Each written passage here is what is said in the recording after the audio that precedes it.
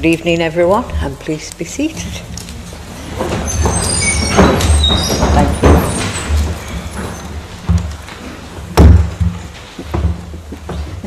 Got a little leg. You should see me when I'm sat in the car. Welcome everyone to this meeting, this Budget Council meeting this evening. Councillors, officers and press and anyone who may be viewing online, remind councillors to be seated in your seats allocated to them for voting purposes. Can I please remind all councillors to turn their microphones on while speaking and turn them off again once finished, otherwise will not be heard on the broadcast. Apologies for any absences, we haven't had any this evening. Quite a few declarations of interest tonight, so councillors need to declare an interest on items on the agenda, and can I remind councillors that you should declare the type of interest you have, the agenda item and reference in question, and the reason why you have an interest. I've been made aware that this evening there are likely to be a number of interests declared, so suggest we do this initially by agenda item. Item 4, rent review. Any declarations? Councillor Hobson, Councillor Mitchell, I'm so sorry, Councillor Mitchell, I know your name, but yeah. Nature of the interest. Sorry, Councillor Hobson, nature of the interest? Yeah, a personal interest as I'm a non-exec of Blackpool Coastal Housing, Madam Mayor. Okay, thank you. And Councillor Mitchell? Yeah, personal interest as I'm on the board for BCH and BHC. Okay, thank you. Item 5, general revenue. Councillor Brooke. Oh, sorry, Councillor Brooke. Personal interests. I'm a non-exec director of the housing companies. Thank you. Any more? No. Item 5, general revenue budget. Any declarations? Councillor Jackson. Item 5, Madam Mayor, I'm a member of the CFA. Councillor Hugo. Similar. Okay, thank you. Councillor Farrell. Thank you, Mayor. I've got a prejudicial interest in agenda item 5 as non-exec of Blackpool Tourism Limited. Thank you, Councillor Farrell. And Councillor Cooper. Item 5, non-executive director. And the interest is personal? No, prejudicial. Prejudicial? Prejudicial. Okay. And We'll does that go for every councillor, prejudicial, who personal for yourself and Councillor Jackson? Sorry. Yeah, the type of interest. Yeah, okay. Councillor Baker. Personal interest, item 5, member of the Lancashire Fire Authority. Thank you. And Councillor Farrell, I'm sorry because we were talking, what was your type of interest? Prejudicial. Thank you. That's everybody, I think, now, isn't it? Item number 6, capital strategy. Any declarations? No. And any other declarations on any other items? No. Thank you. Minutes of the last meeting held on 28th of January 2026. Can all councillors agree the minutes of the meeting are a true and correct record? Thank you. Anyone disagree? No? Excellent. And now on to item agenda 3, Mr. Steve Thompson, Director of Resources. This will be the last meeting prior to the retirement of the Council's Director of Resources and Statutory Chief Financial Officer. Section 151 Officer. Councillors have the opportunity to show their appreciation to Mr. Thompson for his services to the authority. Councillor Williams. Thank you. Thank you, Mayor. So tonight we celebrate someone who has been one of the most respected, steady and quietly heroic figures in Blackpool Council, Steve. He's worked for the council for 30 years in total, having originally started his career here as a trainee accountant From there, he's worked at Lancaster Acute Hospitals Trust, Blackpool Victoria Hospital and Burnley Healthcare NHS Trust. In addition, Steve has contributed as a board member for the Credit Union and the Lancashire Local Pension Board and as a trustee for Trinity Hospice. Most recently, in his role as Director of Resources, Steve has been responsible for accountancy, property and asset management, procurement, ICT, audit and risk, information governance, equality and diversity, revenues and benefits and legal services. Quite a lot. Whilst in his current role, he's overseen over 227 million of recurring savings and directed the council's property rationalisation, which saw the move to new offices at Bickerstaff Square. He also represented Blackpool in parliamentary select committees on welfare reform and local authority finances. For resident, Steve has also conceived the council's Lend a Hand project to help local people afford a mortgage, a scheme which ultimately turned into the government's Help to Buy scheme. It takes a special kind of person to choose a career in local government finance, where the thrill of the job is a balanced budget, but Steve was never just about numbers.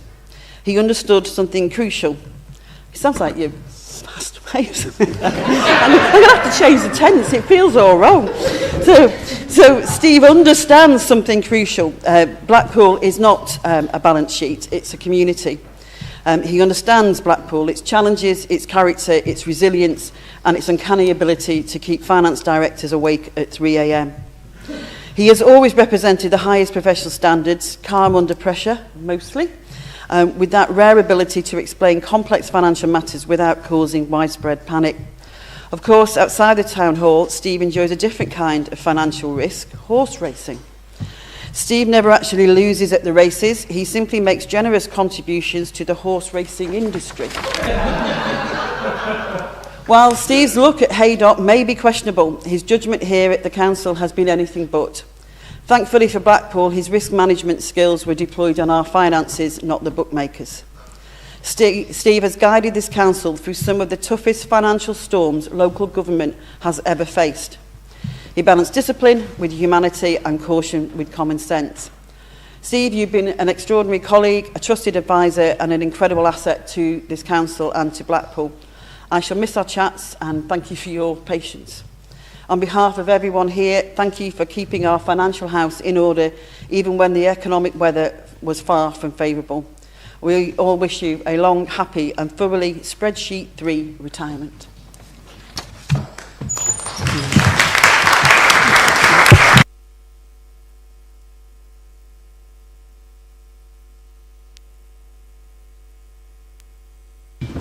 Thank you, Madam Mayor. I will be brief as it's a big agenda tonight, but Steve, take my shortage of words as no reflection on how I feel about you in my time as a councillor since 2011.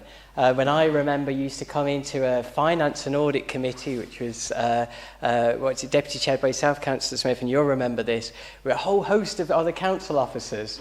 And over the years, those council officers in support of you were reduced in number to just yourself and one other in recent years.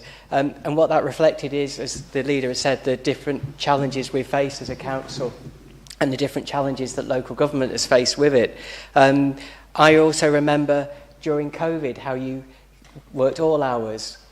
You kept different businesses going. I remember the conversations we had at Blackpool Transport, how you kept 600 people in work as a result, the conversations we had about Beckle at the time, the Winter Gardens. You have physically made a difference to this town that you can always be proud of.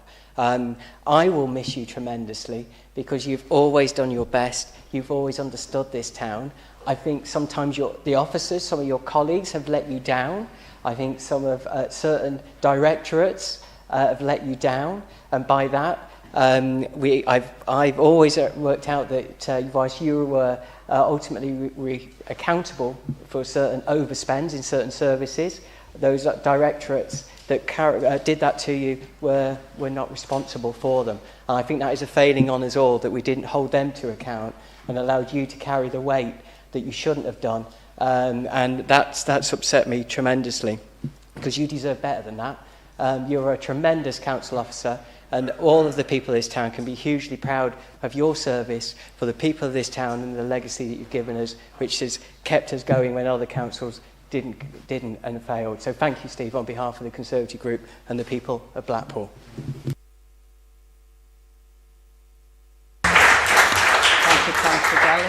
Any other people wishing to speak? Councillor Smith? Thank you, Madam Mayor. I've only got a few pages to go through, so I'll keep it as long as possible. Start with a big thank you, Steve, for your support. Thank you for your support over the 14 years as the Director of Resources, Finance Director for Blackpool Council. You have finally finished your last furlong of your working career at Blackpool Council. The work won't stop. You're swapping your calculator for a paintbrush. There'll be more posts on social media with a paintbrush in your hand and paint on your head. I've enjoyed our early 8:30 meetings on the Monday morning. We've recently changed it to 9 o'clock, but I don't know if Neil Jack's free for 8:30 on the Monday morning for meetings going forward. I'm not quite sure about that one. To sort of cover and support the sort of areas of the portfolio for major council projects, to town hall toilets, which is we've got quite a bit of debate over. Company director of companies, then finally the shareholder of the companies, and support with the Lancashire Pension Fund Committee. You've been a great support to me and the Cabinet for the business for the last 12 years, with main decisions being asked to approve regarding finance. Knowing you've gone through the details gave me confidence we're doing the right thing. Council finances would be the backbone of all councils, especially Blackpool Council. With balancing the council has been a challenge over the time of Finance Director. I think every year you said it'd be the worst year, to the following year come along. And you had to do some more work on trying to balance the budget, and you did, and we ended up delivering a balanced budget the following year. Let's get to the fun bit now. You're a professional dealing with finance at Blackpool Council. I'm not quite sure investing in horses has been the greatest success of probably yourself. And I've never seen any of you holding any winning trophies of any horses you've been working alongside, but trying to invest all your pension in the horse racing industry. You'll have more time to enjoy your hobbies of horse racing and attending more of the racing events. I won't look forward to seeing you running on the 10k run when I'm trying to race down towards the halfway mark and you're on the other side, almost on the finishing line. I need to do a bit more exercise, a bit more practice, I think. And good luck on your challenge going forwards. I know you've been working on getting your best, personal best on your 10k, 10-metre run. That's looking forward. And just to finish off with a big thank you and enjoy your retirement in the future. Thank you, Steve.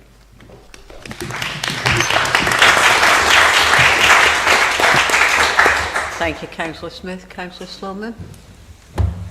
Thank you. I'll be brief. I don't do the money thing, I don't do the finances thing, but I do the humanity thing. And one of the words the leader said tonight was about humanity.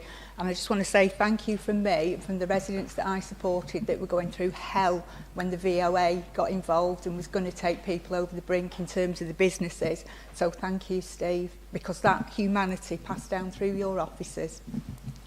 Thank you, Matt. Any other? No?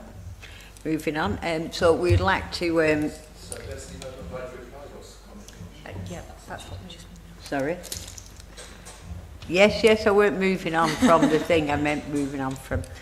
So now we'd like to invite Steve to come and accept this card, and I'm sure there's a gift in there, isn't there, everyone? On everybody's behalf. Sorry?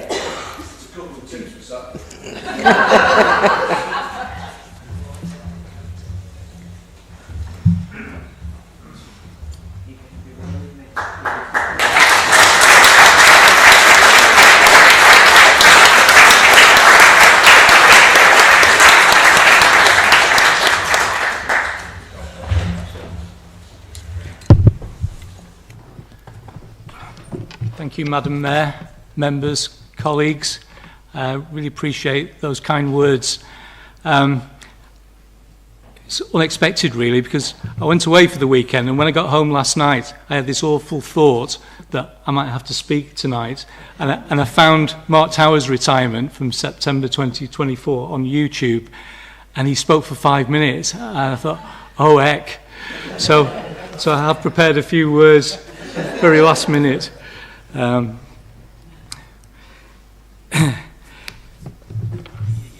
As you said earlier, yes, I started 40 years ago in January 1986 in Revenues and Benefits next door.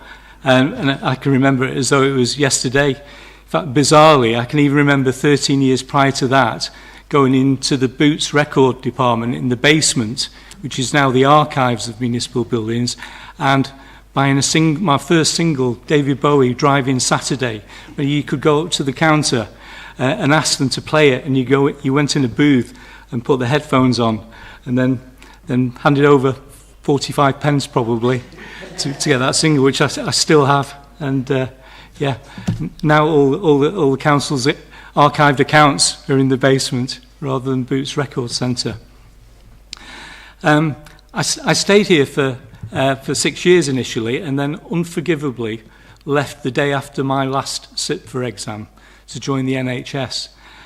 I spent 10 years there, 7 at Blackpool Victoria Hospital before coming back here. And I don't think I'd have been able to do the job I do now if I'd not spent those 10 years in the health service, which was a real solid apprenticeship and experience. And if any of you have been in my office, you can see the previous 10 treasurers on the wall dating back to 1876. That's 150 years. And I'm the 11th. And the average, if you do the sums, 13.6 years. So I've done 14 years as treasurer, which is the average. But 2 of them actually did stints of 31 years each, which is absolutely phenomenal. I look at that wall, and it's often the wall of conscience, I call it, because when you're writing a report and you're at a dilemma what to do, you look at that wall and say, what would these chaps do? And I have to say, all 10 of them are white, middle-aged dudes, and hopefully in the future we'll have a bit more diversity in that area, which would have some improvement. What would they do? And I don't know what they would have made of exceptional financial support or statutory deficit overrides, but I have a pretty good idea that they share my view on that. Since I came back, I've worked under 4 great leaders. First one, Roy Fisher, who's now a close neighbour of mine in Carlton. Peter Callow, who we worked with on buying the Tower, the Winter Gardens, the Golden Mile, Madame Tussauds, in a bizarre 3-month window. We undertook all the due diligence and acquired all those by the end of March when the grant funding opportunity would have lapsed. So a phenomenal piece of work, and we still have them now. Simon Blackburn for a decade, and then most recently, Councillor Williams. And yes, I shall miss those fortnightly catch-up meetings. There have been many other characters in this chamber. As its Budget Council, I'll just name a couple. Norman Hardy, the only member I know ever spotted an error in the Treasury Management Strategy. So there's a challenge for later on this evening. And secondly, Councillor Dougie Green from the Lib Dems. Dougie was a qualified accountant, so he undertook to go through the whole budget, and he would stand up at Budget Council and do a page turn with his comments, observations, questions, page by page. And he was absolutely aghast when the statement of accounts reached 100 pages. I don't know how he'd feel now as they approached 200 pages. And I nearly brought along tonight, and I forget, I always keep a copy of the abstracts of accounts from 100 years ago on my desk. So I've got the 1924, 1925 accounts sat on my desk. And it's an absolute work of art as they were in those days. I think nowadays they would carry a trigger warning for some of the terminology used within, but believe me, they're far more understandable than the current year's accounts. 100 years, we don't always progress, certainly in accountancy. What I'm proud to say is I've never had a crossword with any members in this chamber, and I think that's a reciprocal arrangement. One of my predecessors gave me some wise words when he handed over. He said, as an officer, so long as you can present the facts, the options, the risks transparently, don't be precious about the decision and the outcome. You've done your job. It's the members who are ultimately accountable. That's always stayed with me. But what struck me over the years from parties of all sides, that they've taken decisions that are not necessarily those of the National Party, but decisions that have been right for Blackpool at that point in time. And that has really struck me. As you can probably gather, this job has really been a tough gig, particularly in recent years, and it does get tougher by the year. The old Treasurer traits of prudence, risk aversion, staidness, in fact, have had to evolve with the circumstances for creativity, innovativeness, calculated risk-taking. And I think that's just the sign of the times. There have been inevitably constraints on resources, and at times there's been friction between work colleagues, and I'd just like to take this opportunity to apologise to any work colleague that I may have fallen out with over that time, but I think, again, that's just a consequence of the circumstances in the last decade. Talk about old age. I feel old, and old age, it brings wisdom and experience, but conversely, it brings with it, and I've noticed it, a lack of stamina, resilience, mental agility, responsiveness. And that's why I think now is the time to hand over to a younger generation of finance professional. So what's next for me? Well, I've got 4 months of work at home around landscaping my garden, putting a new drive in, painting, decorating, all tax-free work, which is an added bonus. What I do after that, I'm not quite sure. I don't have a particularly glamorous bucket list. I would like to get back under 7-minute pace running, and I'd like to beat my park-run PB of 8 years ago. I'd like to hone my German, ideally in Germany. I've been practicing on that. I'd like to visit the last remaining 8 racecourses in the UK that I've not been to. But I shan't be buying a horse. My wife says horse or divorce, and I sometimes go, it's a close one. But and my wife and I would love to visit Calcutta, where her parents lived for quite a time. So that's my humble bucket list. But it's extremely humble to receive such appreciation from yourselves, who, for me, do so much for this town, individually, collectively, and selflessly, and don't get the thanks for it, and often get so much grief on social media. It's just not deserved. You know, you are, you know, the investment you put into Blackpool with your time, effort, and endeavour, you know, is absolutely wonderful. And I see it personally. Unfortunately, not everybody else does. So finally, if you just indulge me, because I've been practicing my German, there is a saying that I came across: Erst die Arbeit, dann das Vergnügen. And some would translate that as business before pleasure, which has always been our key principle. But it literally means first the work, then the joy. So that latter part is what I'm going to enjoy now with my family. So I thank you all so very, very much.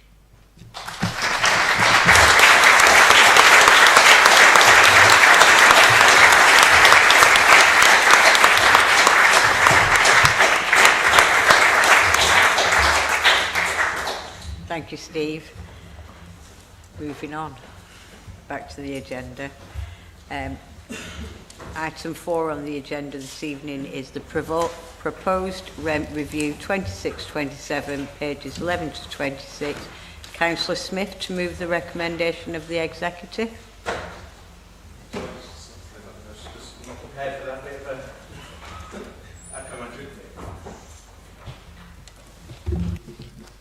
Yet again, thank you, Madam Mayor. I think it's the 3rd year I've had to propose this proposal for the rent review. So for 26 now, for 24-25 now 26-27. As you can see in the paper, you've probably all read the paper, and we'll probably have comments regarding that. You know, the proposal is to increase the rent for social housing by 4.8%. That's government CPI of 3.8 plus 1%. Averagely, the rents locally and nationally, the average rents locally and nationally for 25-26, I don't have the figures for 26-27, what I can do is comparisons on the previous year, because those things are not published yet. So for last year, Blackpool Coastal Housing was 87.19, the average rent. All social housing in Blackpool was £90.63 for the previous year. Wyre was £102.70 for the social rent.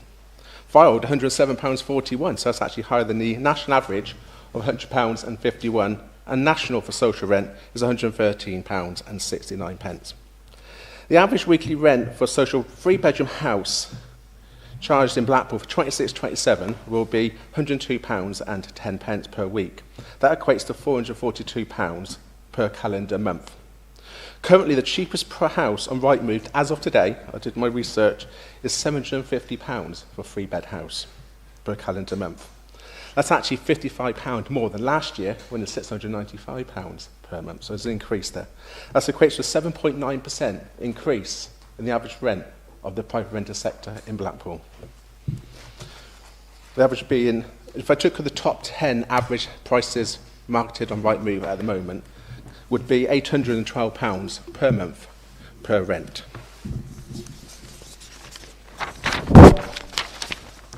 I do apologise, I do like facts and figures, you know, and I do this stuff.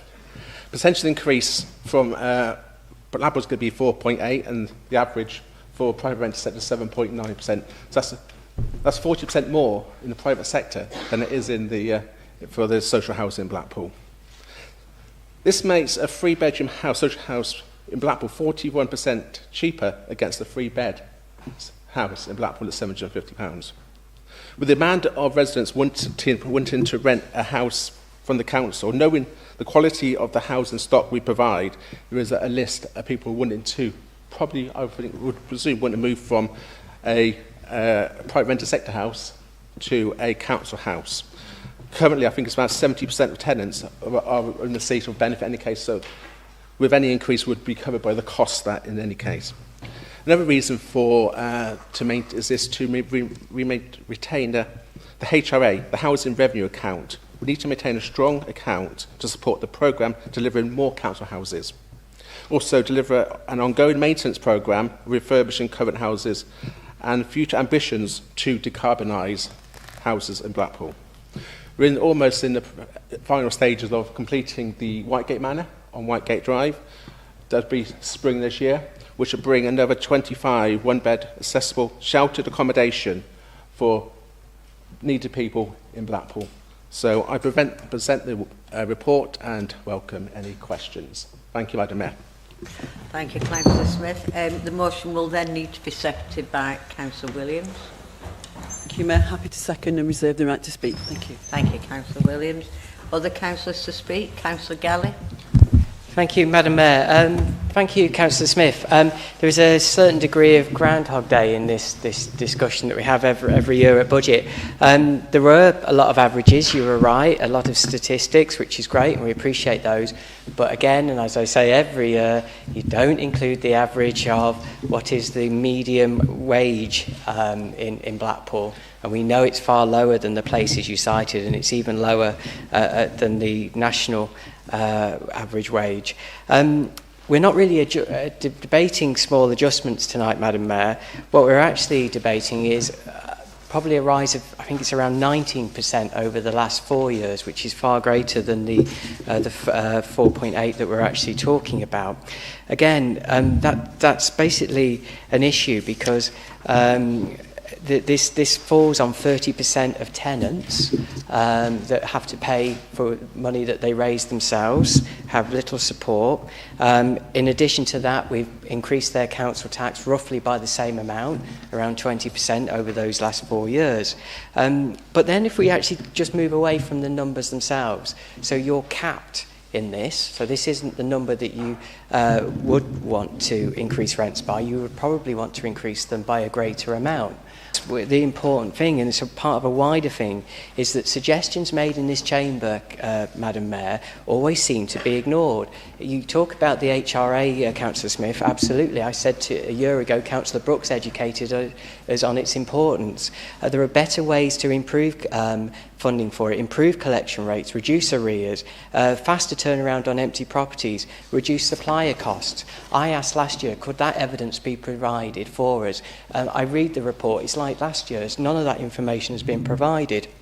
So while some of our colleagues may support this rise, none of our group is whipped, unlike the Labour group. My view is until there is more support for that 30%, we will not support the increase. And I would urge you to consider the CPI plus 1% at today's figure, not the one that was set in September. Thank you, Madam Mayor.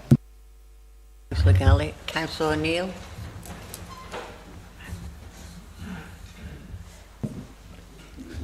Thank you, Madam Mayor. I may be mistaken, but I thought last year, when we had the vote on the rise, we kept it in line with inflation. What's changed?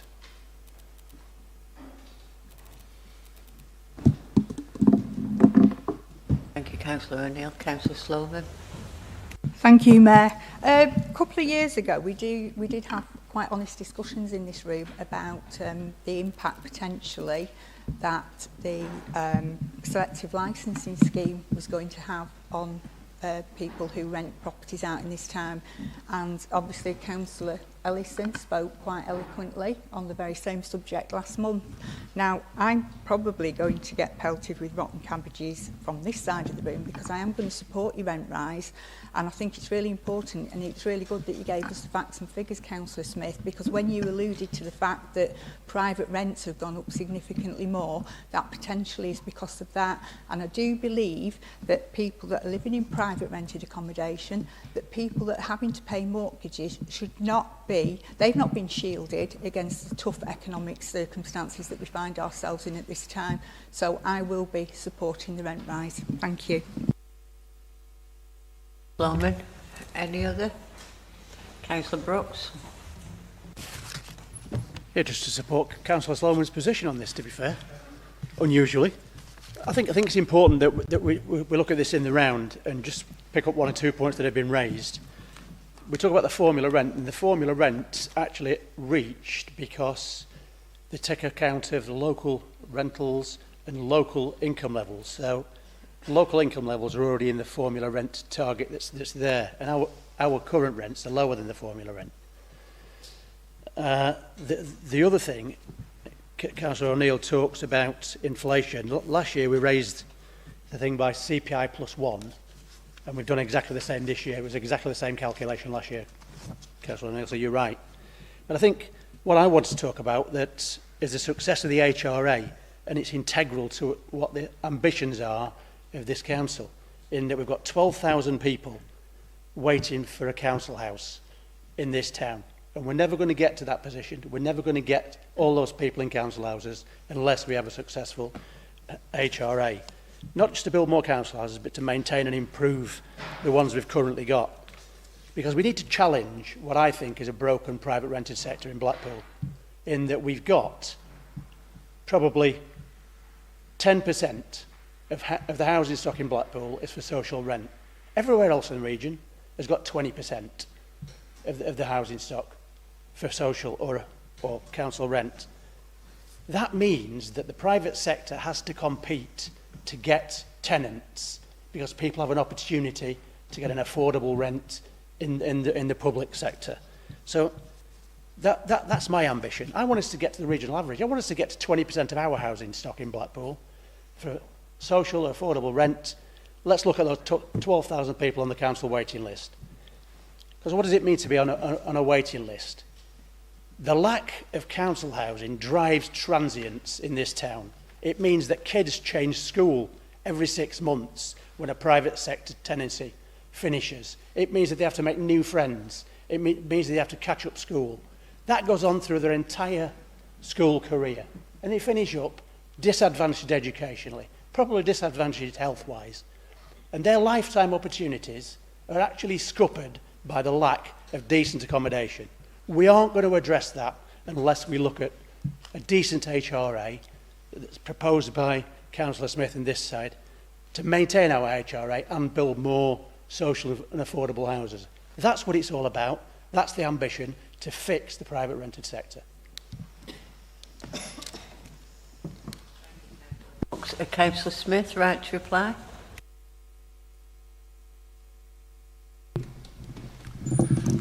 Thank you, Madam Mayor, and thank you for the comment. And for Councillor Galley, Yes, it feels like a Groundhog Day, doesn't it? You know, we come here with the right decision to make, and you on the other side think it's the wrong decision.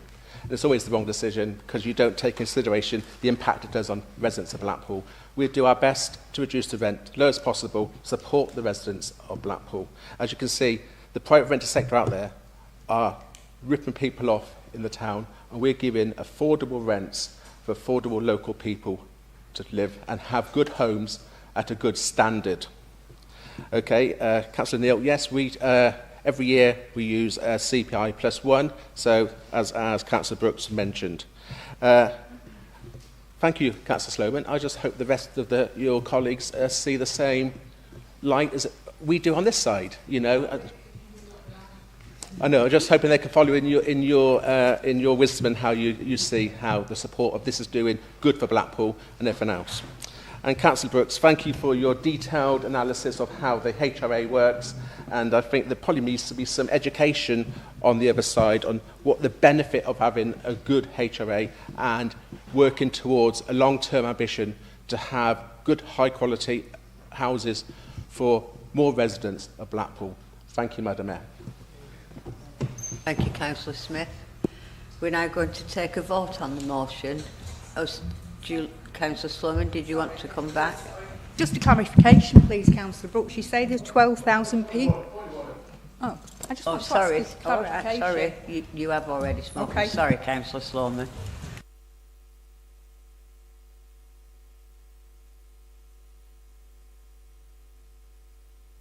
And the motion will be a recorded vote. So all those in favour of... go through. Sorry?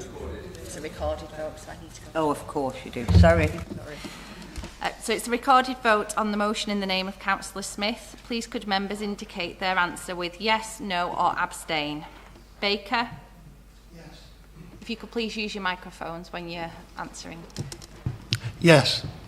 Bamborough? Yes. Benson? Yes. Boughton? Yes. Neil Brooks? Yes. Pam Brooks? Yes. Sean Brooks? Yes. Burdess? Yes. Campbell? Yes. Cartmel? Yes.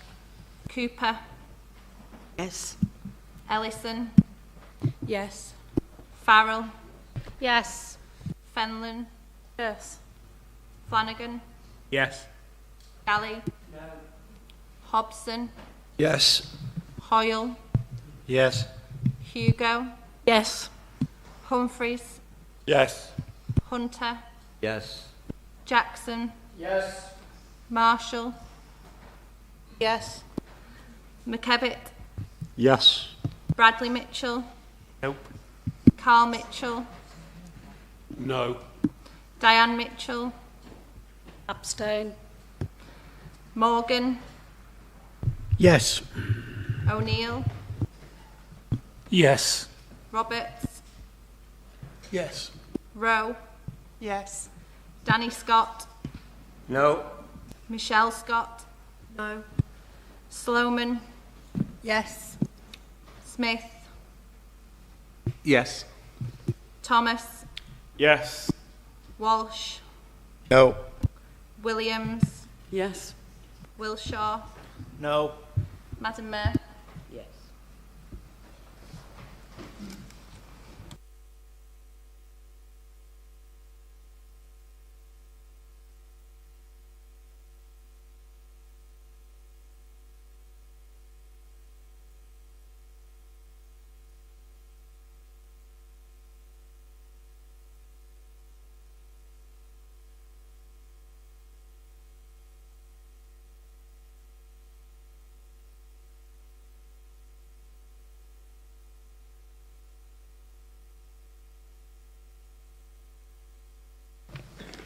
Madam Mayor, members have voted as follows: 32 for, 7 against, 1 abstention.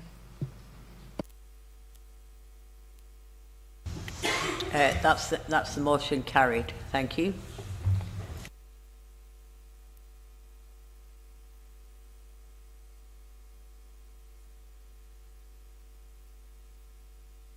Dedicated School Grant 26-27, pages 27 to 172, for read this?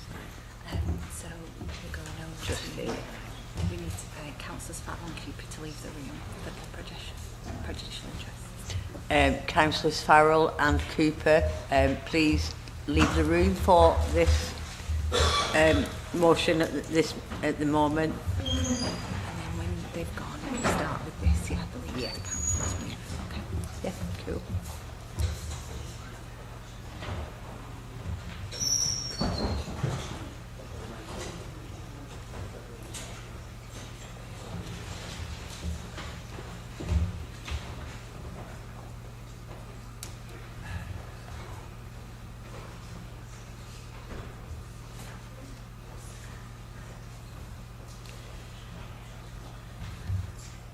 The Leader of the Council to move the part of the budget relating to income from Blackpool Tourism Limited as follows. Okay, Councillor Williams. Thank you, Mayor. Yes, to agree a saving to the Council by an increase in commercial income to the Council directly and indirectly from Blackpool Tourism Limited of 1.5 million as set out in Appendix 5B. I move. Thank you. The motion be seconded by Councillor Neil Brooks. Thank you. Formally second and reserve the right to speak, Madam Mayor. Thank you, Councillor Brooks.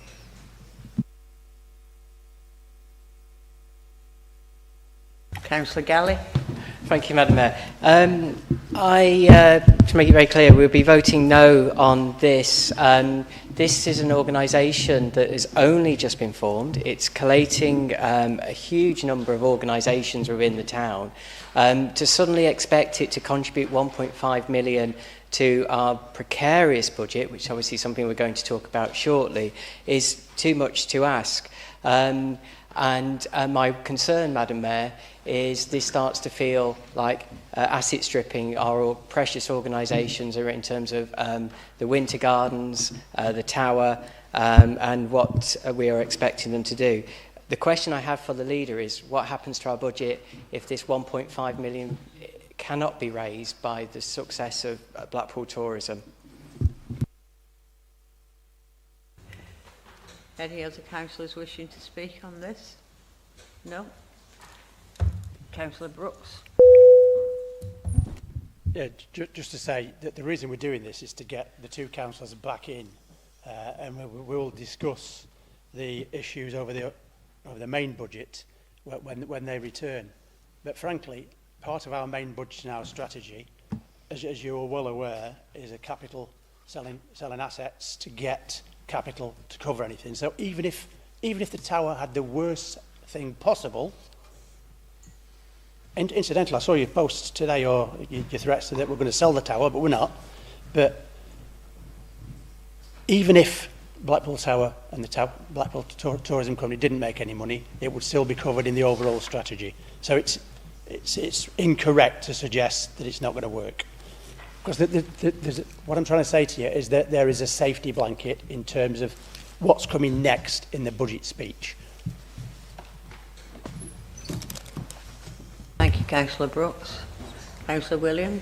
Thank you. Oh, sorry, did I miss Councillor Smith? Sorry, Councillor. Thank you, Madam. I didn't plan to say anything on this, but this has frustrated me a little bit. Previously was the chair of the Sandcastle, which is now part of Blackpool Tourism Limited. And to be honest, I have full confidence in delivering on this. The Sandcastle is only one part of Blackpool Tourism Limited. Now we have the Tower and the Winter Gardens as a cluster of entertainment, and is a very strong direction, leadership within that company now. I would foresee that we could probably achieve more than we actually. This is very conservative as a small C in what we could achieve from our leisure assets and our leisure portfolio. I have a full confidence in the team we got, and led by Kate Shane, that this will be delivered above and beyond what we're expecting from our Blackpool Tourism Limited company. Thank you, Madam Mayor. Thank you, Councillor Smith. Councillor Williams, right. Councillor Williams. Thank you, Mayor. I am entirely confident that this revenue will be raised. That is, we're not having to pay Merlin, so by that, assuming the running of the company by a council-owned company.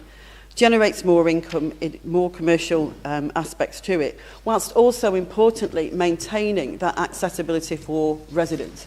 So I am entirely confident that that will happen, because this isn't just about generating income and not having to pay Merlin. It is also freeing up costs of other events because of the commercialism expertise that is now within that company. For example, if major events, a sponsor is obtained that covers the cost, that will also go partly towards this. So it is, as it says, indirectly and directly coming from the company. We will continue, obviously, to monitor that. If there is it looks like, which as I say, I very much doubt, they will take the appropriate steps. I meet fortnightly with Kate Shane.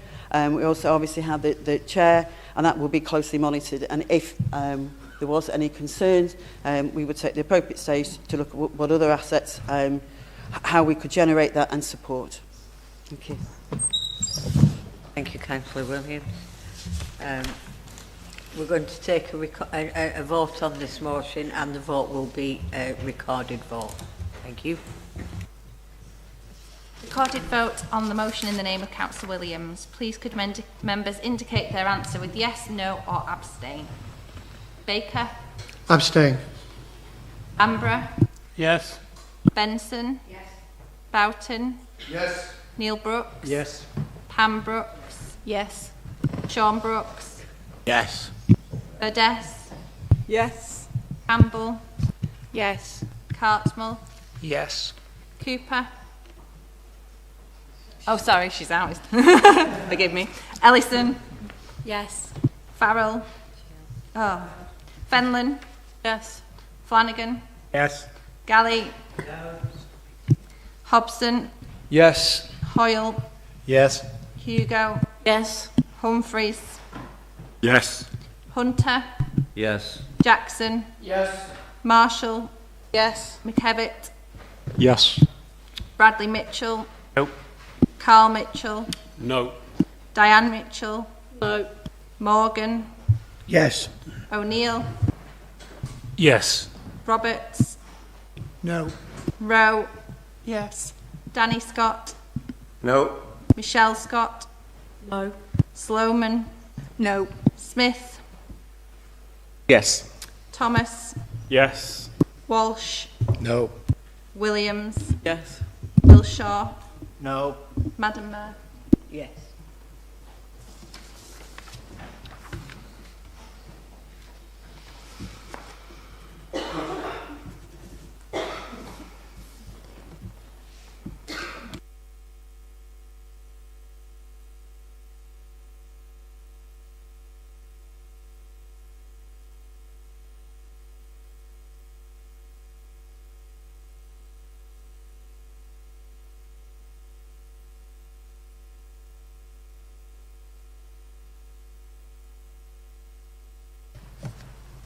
Madam Mayor, members have voted as follows: 27 for, 10 against, 1 abstention. Thank you. That motion is carried. Thank you. We'll just bring Cooper and Farrell back in. Yeah, yeah.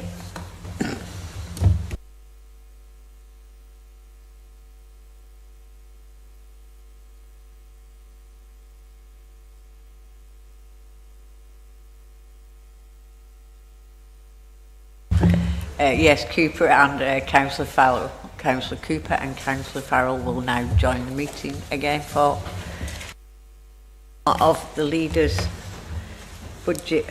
So up to here. Yeah, the leader of the council to move this another motion. Yes, so she's going to move the remainder of the budget savings. Right, okay.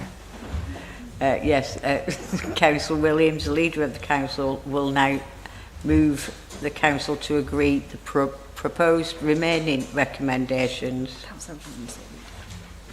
Yeah, all right, Councillor Williams, sorry. I've got about 6 papers here, don't know which one I'm looking at.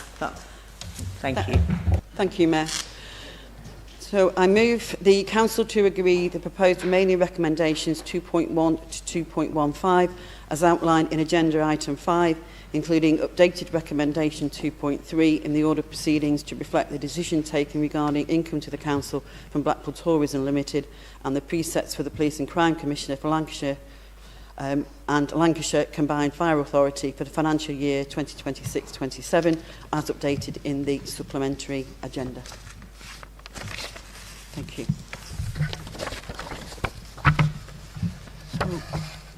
Blackpool is a town of immense pride, resilience and potential.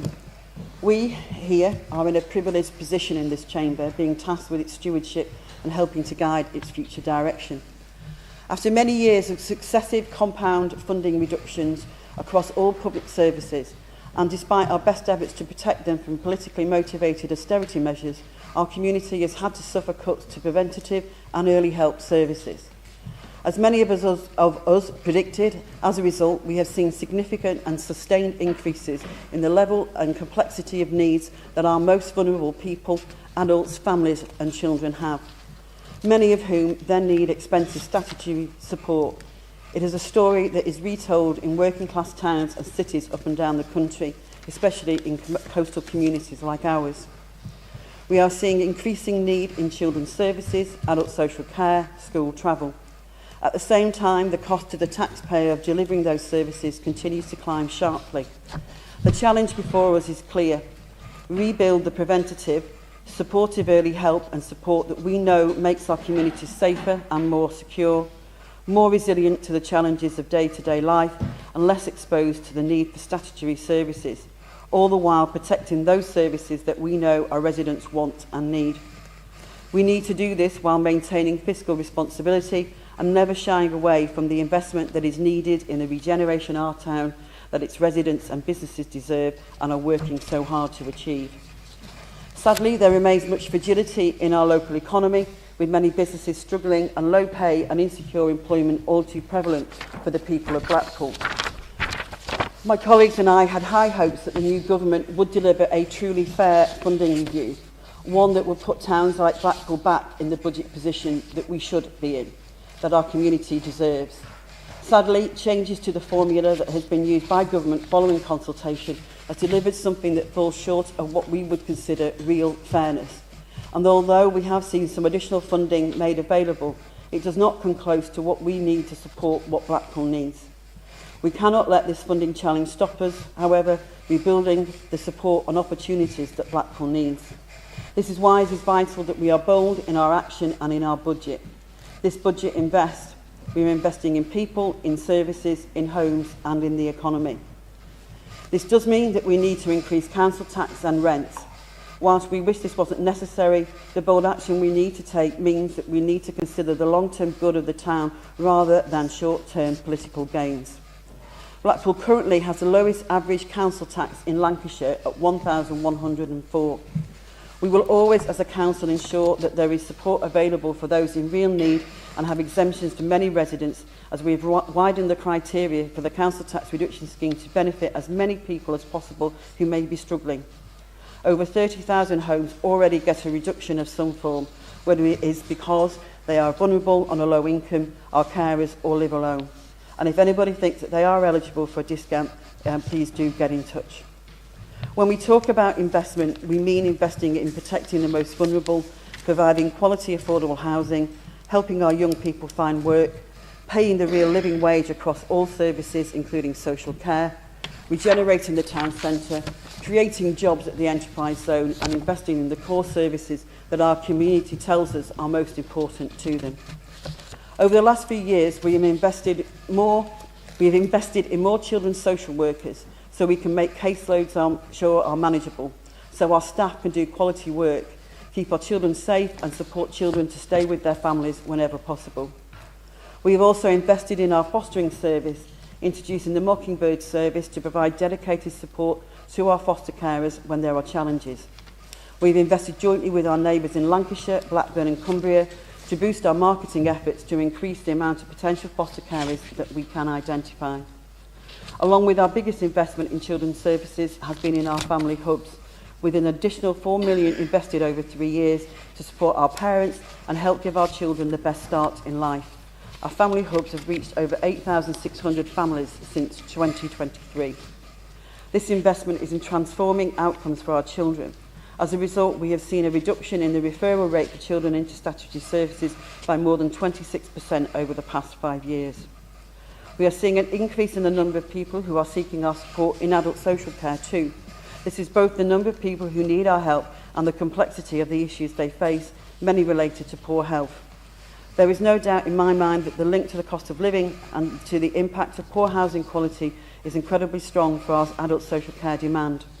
We are investing in extra capacity in our social work teams and our support workers to give them the time and infrastructure to better help those in need. Currently, we have more people who are admitted directly to residential care than our peers, so we are focusing our efforts on building greater independence and resilience in our residents and our community. We have had some notable success in keeping people with higher needs in their own homes through the use of new equipment.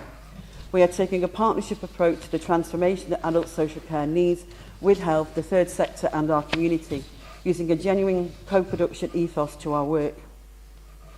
We live in an environment where demand is high and resources are tight, so it is vital that every pound works as hard as possible.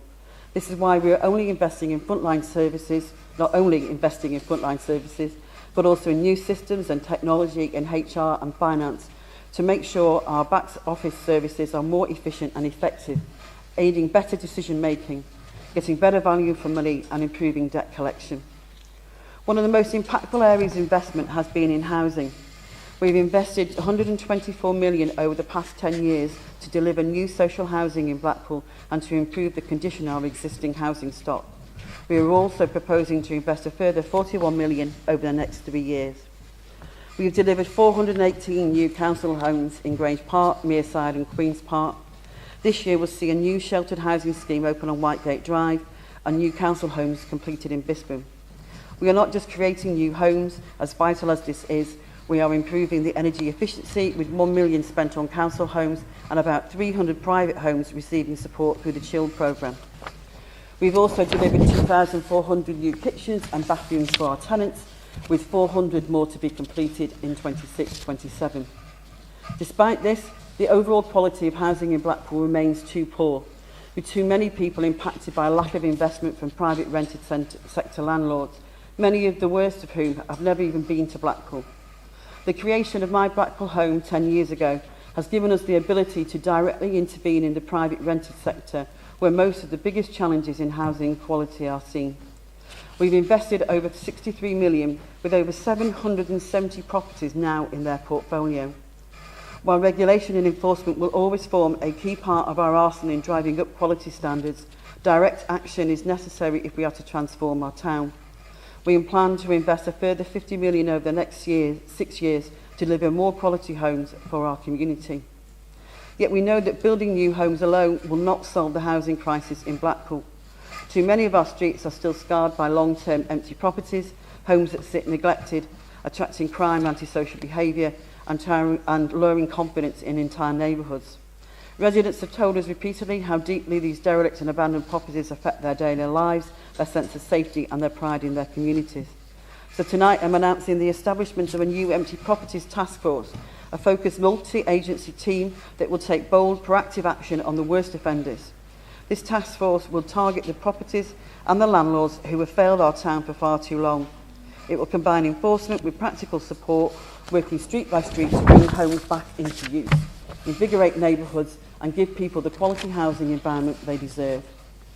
This is not about punishing those who want to do the right thing, it's about tackling those who refuse. It's about standing up for residents who for years have been left to live with the consequences of neglect that is not their own. By bringing empty properties back into use, we are not just fixing buildings, we are strengthening communities. Our number one ambition is to provide a quality, affordable home for everyone in Blackpool, building communities that our residents are proud to be part of. That is why the transformation of Revo is so vital to us and the future of the town, the result of one of the first master plans developed with the community. In this first phase, we are talking about the removal of people's homes and businesses, and we do not take this lightly, and those people and businesses will get the support they need. But this investment and the way it will be delivered is a once-in-a-lifetime opportunity to introduce light, space and quality into an area of Central Drive which by its very name tells you how important it has been to Blackpool over the years. That desperately needs it. This intervention will deliver the catalyst for the kind of investment that the whole of the inner area needs to deliver better housing quality, availability and sustainability.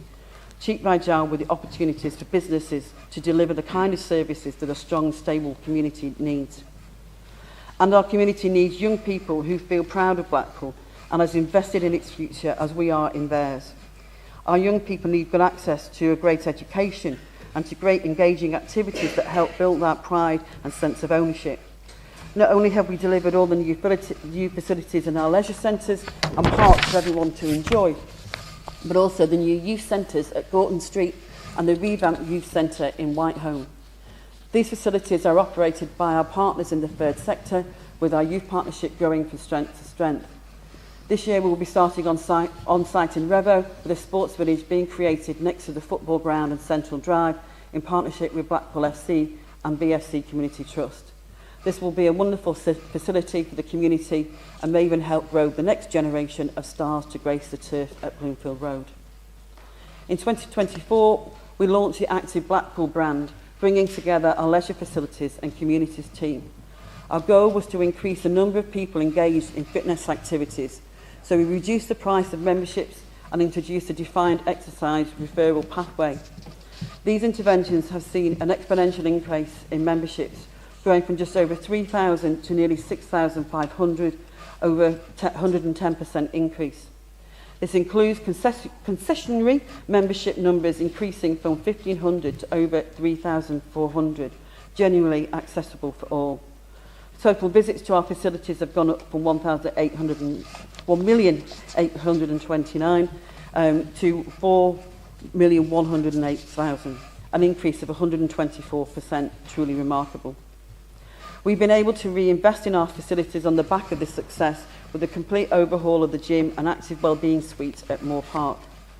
The social impact on this growth in activity could be measured in the millions of pounds, but the most important testimony comes from the people themselves who describe it as life-changing.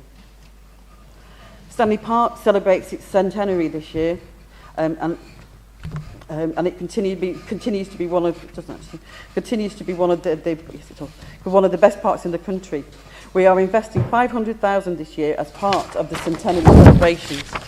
Some details on how we will achieve this. No doubt Councillor Hugo will relay the very extensive plans that we have. But we are not only focused on Stanley Park. This year saw a record number of our parks getting Green Flag Awards, with 7 achieving the standard. We are improving the facilities in many of our parks and will continue to do so. Our parks are something to be proud of, and we celebrate the great partnership we have between our excellent parks team and all of our friends groups. We know that many in our community have been struggling financially, so we have targeted our energy at things that can make a real difference. In this budget, we have a Crisis and Resilience Fund budget of 3.8 million. We have helped 6,000 families over the last year whose children are on 3 school meals during the summer. Our Holiday Activity Fund also provided activities for our children in the school holidays. We continue to provide our free breakfast scheme in all our primary schools and provided nearly 500,000 in grants to third sector partners, helping them support over 58,000 residents. Our advice team have also helped residents manage their finances, supporting a manageable debt write-off and benefit and pension claims amounting to over 2 million. I would say that the single most important thing we've done to support low-paid workers is through being a real living wage council. Not only does the council pay the real living wage, but our companies do, and so do our commission services providers. This has most impact in adult social care. Over 4,300 staff who work in residential or home care receive up to an extra £1.24 per hour as a result. This costs the council an extra £4 million per year, but it is worth every penny, paying a fair wage to those who look after our most vulnerable residents and helping improve the attractiveness of the industry, reducing turnover and leading to better quality care. The number one issue raised with us on the doorstep is roads. We have spent millions over the last few years in improving the quality of our roads, but there remains much we want to do. We are investing 50 million as part of the Town Centre Access Scheme. This will help all the new commuters that are coming into the town centre, as well as those who need to traverse the town centre.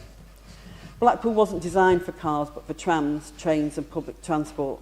So we are making changes that make it work better for everyone. We've already invested £3.3 million in improving road services this year.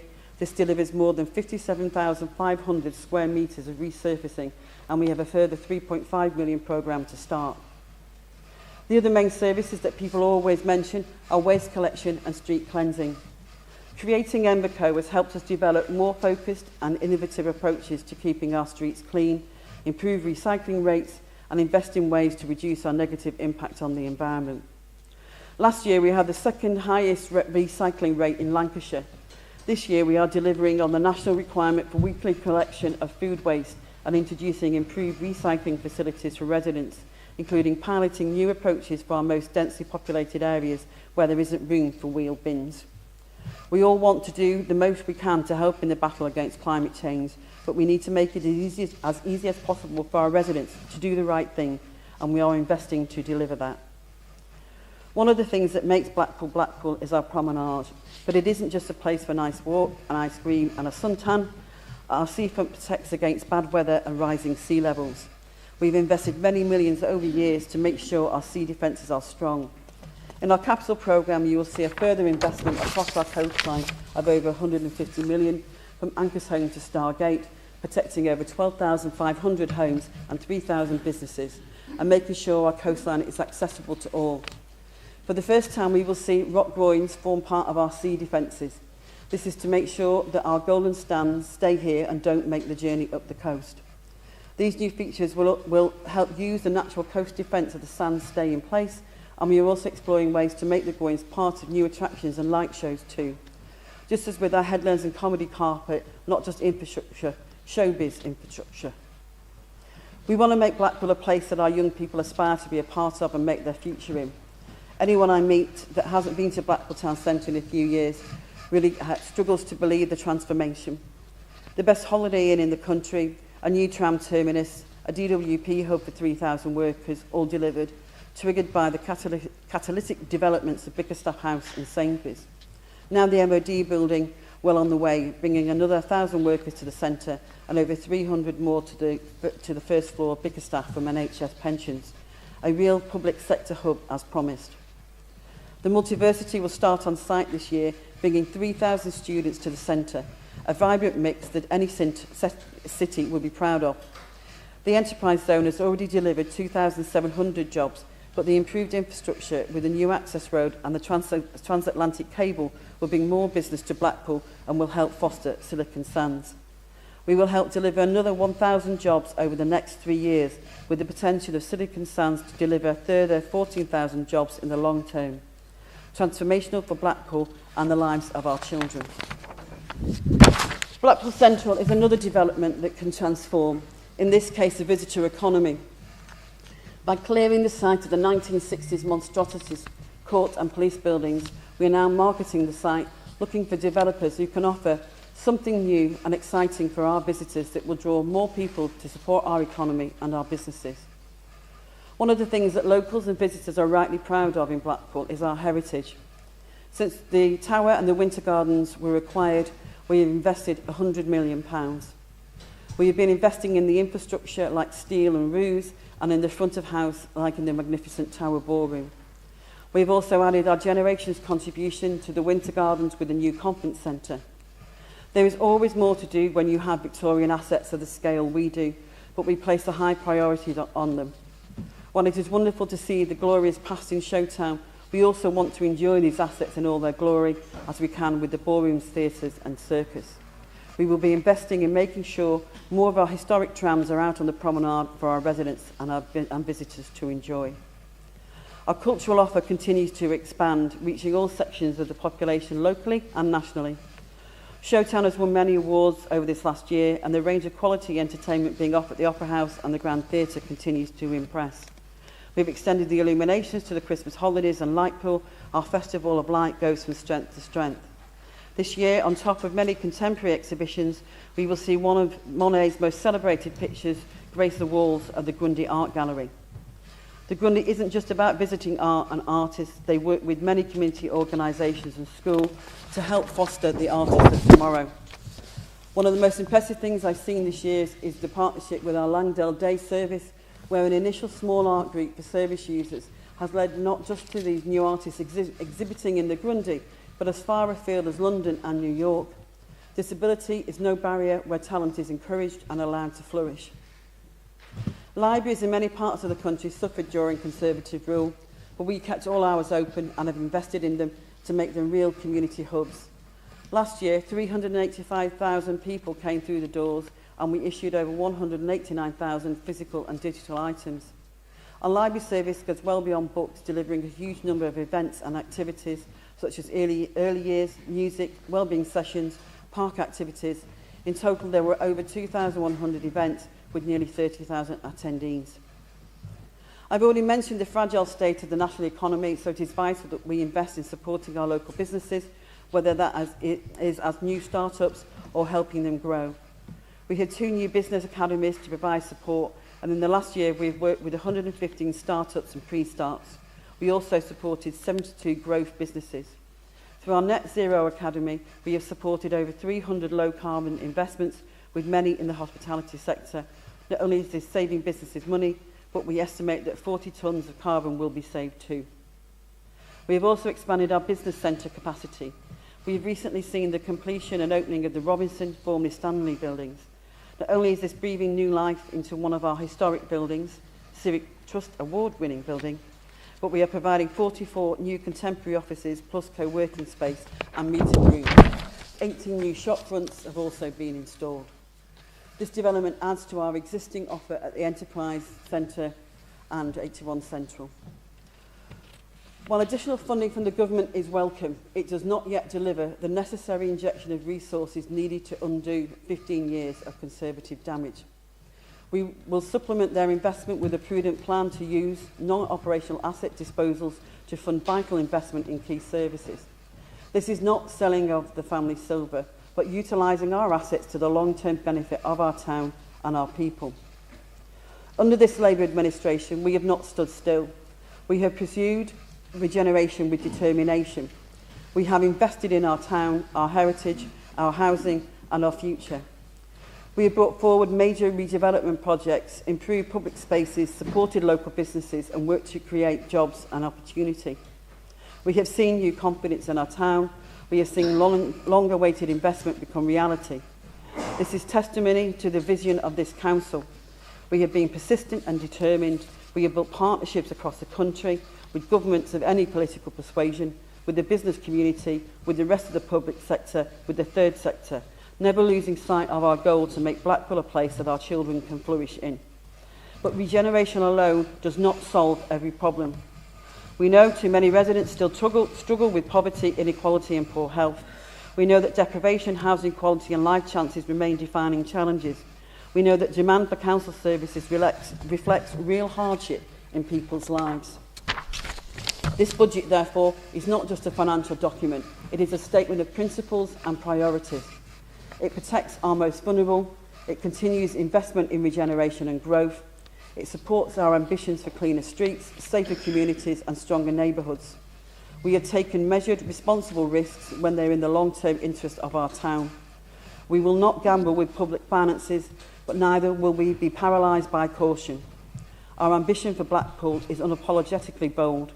A thriving year-round economy, quality homes and stronger communities, better health and life chances, opportunities for our young people, pride in our heritage and environment. This budget keeps us on that path. Standing still is not an option. Losing belief in our town is not an option. Blackpool has always been defined by its spirit, creativity, determined and unafraid to reinvent itself. Tonight, with this budget, we honour that spirit and I commend the budget. Thank you.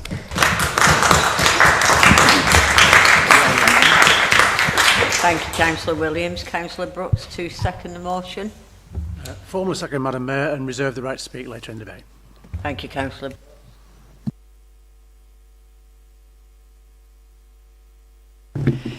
Thank you, Madam Mayor. I am genuinely surprised that the Labour group have clapped that speech. And I will obviously highlight why shortly. But just reading it should tell you why you shouldn't clap it. This year I won't be presenting an alternative Madam Mayor. As this Labour group have shown no interest in working with anyone's ideas, I'm not even sure they're even interested in working with the members who sit on the back row's ideas. And that actually generates quite a problem for us, because last year I produced a report, I put a lot of work into it, and as we saw there, there was some sniggers, and it's a shame you didn't read, it's a shame you didn't listen, because Blackpoolnomics predicted 3 things, and I actually, like yourself, Steve, I went back to YouTube and wanted to see what was said a year ago. It predicted 3 things. It predicted that obviously council levels would be up again by 4.9%, and I used this exact word or phrase, that fair funding will be watered down. At the same time, I also said we would have a budget gap as a result. All of those things have materialised. The fact that we now have to sell our assets, Madam Mayor, shout how bad things have become. I've been a councillor for 15 years. This is the first time in this chamber we have now literally confirmed we are going to sell our assets. It is a step at over the Rubicon.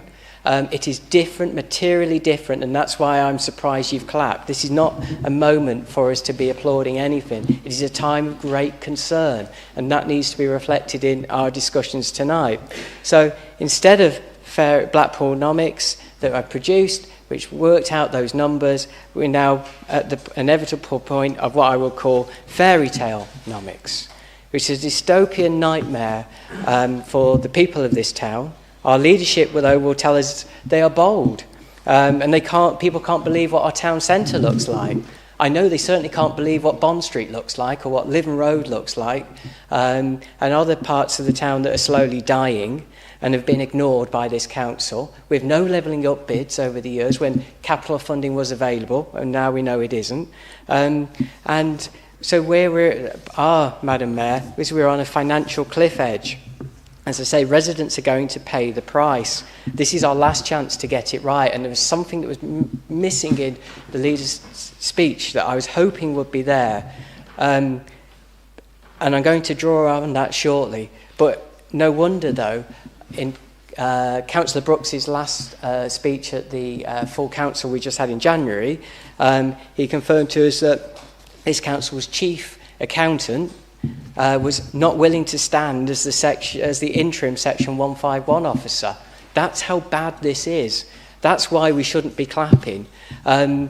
This is materially different from anything that we've seen before. So let's review some of the key areas of the budget. So we know council tax is going up by the maximum amount. Whilst the leader will tell us it's the lowest average in Lancashire, that's because we have the highest number of Band A houses and the highest number of Band Bs. So of course the average will be brought down. Let's compare Band C prices though with every other Band C area. We know we're higher. So let's be honest with those statistics. Don't distort them. So let's then look at what Chris Webb's been saying, what he wanted to do with the money that he's found for us. He said, to quote Chris Webb, our local MP, "I specifically fought for this extra funding so that Blackpool Council could reduce council tax. I've made it clear to the council leadership that this money should be used in this way. I'm calling on the council leadership to use it." Now, why did Chris Webb say that? Well, it's obvious. He knows council tax is too high for so many people in this town. People who don't naturally qualify for some of the support that the council leader has said is available to them, and are really, really struggling. And it's so sad to see our council leadership ignoring our own Labour MP and its own Labour government.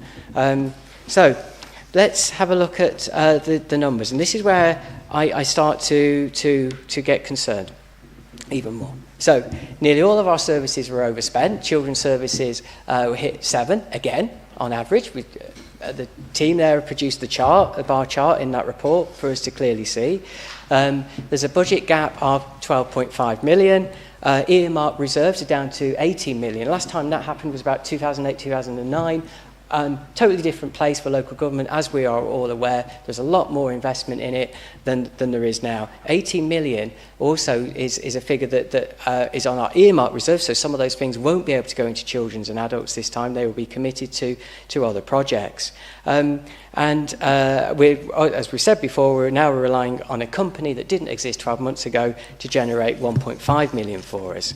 Now, let's not just look at your fairy tale nomics view of the world. Let's look at the professional opinion in your own report. So page 50, for everybody to see. Let me read it to you for those that haven't read it or don't know what they're looking for. Professional opinion. Having considered the assumptions, reserves and stress testing, my professional opinion is necessarily very cautious. The budget is only just robust and reserves only just adequate, provided that 4 things happen. Services operate within cash limits and corrective action could I have some water, please? Is taken promptly. Recurrent savings are delivered in full. The flexible use of capital receipt strategy is approved and delivered, and working balances are rebuilt, thank you, to at least 7.8 million. So let's just actually look at what that actually means, because only just robust is not robust, and so the savings, we've never delivered the savings in any of our budgets. We've never gone anywhere near them. Children's Services was due to cut its spending last year. It went over it to 7 million. Adults, which has always been one of the good guys for us, has suddenly, since COVID, started to spend more. Growth and Prosperity let us down enormously with underachievement in its targets. And suddenly there's red lights all over the place in our budget. And whilst the council leader then tells us we're not going to sell the family silver, which is exactly what this beautiful word is, the capital receipts, we are going to sell off our assets, we are going to sell off our family silver. Councillor Brooks has confirmed it tonight, because he said that if we don't get that 1.5 million, don't worry, we'll just sell some more stuff. Everything's going to be fine. And where does that get us? Once you've crossed that Rubicon, that becomes the obvious point. And as we know, rumours are going around. People have asked me, are we going to sell the tower? Are we going to sell land around the town? But there is something that is missing from your logic, Councillor Brooks, in the answer that you gave me earlier, and that is you've forgotten the September deadline. So September 2026, because of local government reorganisation, that sends us a big red flag, and that red flag is that we have to start going to the Secretary of State for any activities over £100,000. So if we need to sell something after that point, we're going to have to go to London to get their permission. And we all know, it doesn't matter if it's Labour or Conservative, working with the Secretary of State is not an easy job. It takes time, and that's why this puts us into a more frightening place than the place that you said we were in, because of timescales start to change because of what's happening with local government reorganisation. And this, everybody, by the way, is if the scenario works. All of this is everything going well for us. And that's why I was saying, why are you clapping? I would be absolutely terrified. And some people have said to me, no wonder our Treasury Management team are absolutely on the edge, because they see it, and so should we. It is our duty as councillors to see it. So I do have, though, and one final thing before I finish with 4 questions, because I did pick up on for some of your comments, Leader, in your budget, which did not highlight how you're going to control costs, which is what I would have wanted to hear tonight, which is a direct answer to our professional opinion, which is what a budget speech should have contained, rather than a wish list of what you did so many years ago. What it should have contained is, how am I going to control costs on children's services that's going to make it comply with that first condition? How am I going to deal with recurring savings? How are they going to deliver them? But what did we get instead? We got an empty properties group is now going to be created. What have you been doing the last 14 years? You keep telling us you've got an empty properties task force going to be created. We've had an empty properties group, an empty properties committee. We've been trying to ask questions about what it actually did for the last 14 years. But that's your answer now, suddenly going to create one of those. And then regarding Revo, apparently you've been working with the community. Well, when I asked you at the last full council, you were that willing to work with the community. None of you were willing to turn up and meet them.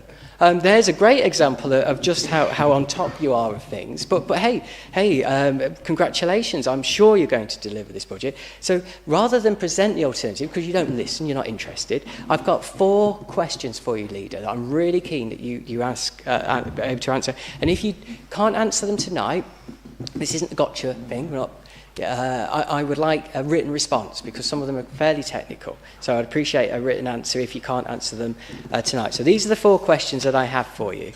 With us having to sell assets to raise £5 million, can you confirm that there are no plans to sell Blackpool Tower? Okay. Now, in 2022, the council received, so this is my second question, in 2022 the council received £20 million to fund electric buses. Now, around 2 or 3 years later, we've returned £4 million. Now, does the remaining £16 million sit in these accounts? And the interest payments that we've probably been receiving on that money, and where in the accounts can I find them? And what will be the impact on our budget this year of us having to return that money back to the Department of Transport? That's the second question. Now, Chris Webb, this is the third question, has called for you to lower council tax. Chris Webb, our Labour MP, I like Chris. I think many people do. I think many people in the Labour group do. Not all, I know, but a few do. I certainly do. Now, Chris Webb rightly has called for the lowering of council tax in this town. He knows it's too high. People are struggling to pay it. So can you answer why you've ignored him and the government who gave him that extra money to help lower the burden on the people of this town? And the final question, and this is reflected to Councillor Brooks' response to myself, Madam Mayor, if services start to overspend, what assets will you sell? Thank you, Madam Mayor. If services start to overspend, so this takes us past the £5 million that you're going to sell, what assets will you sell?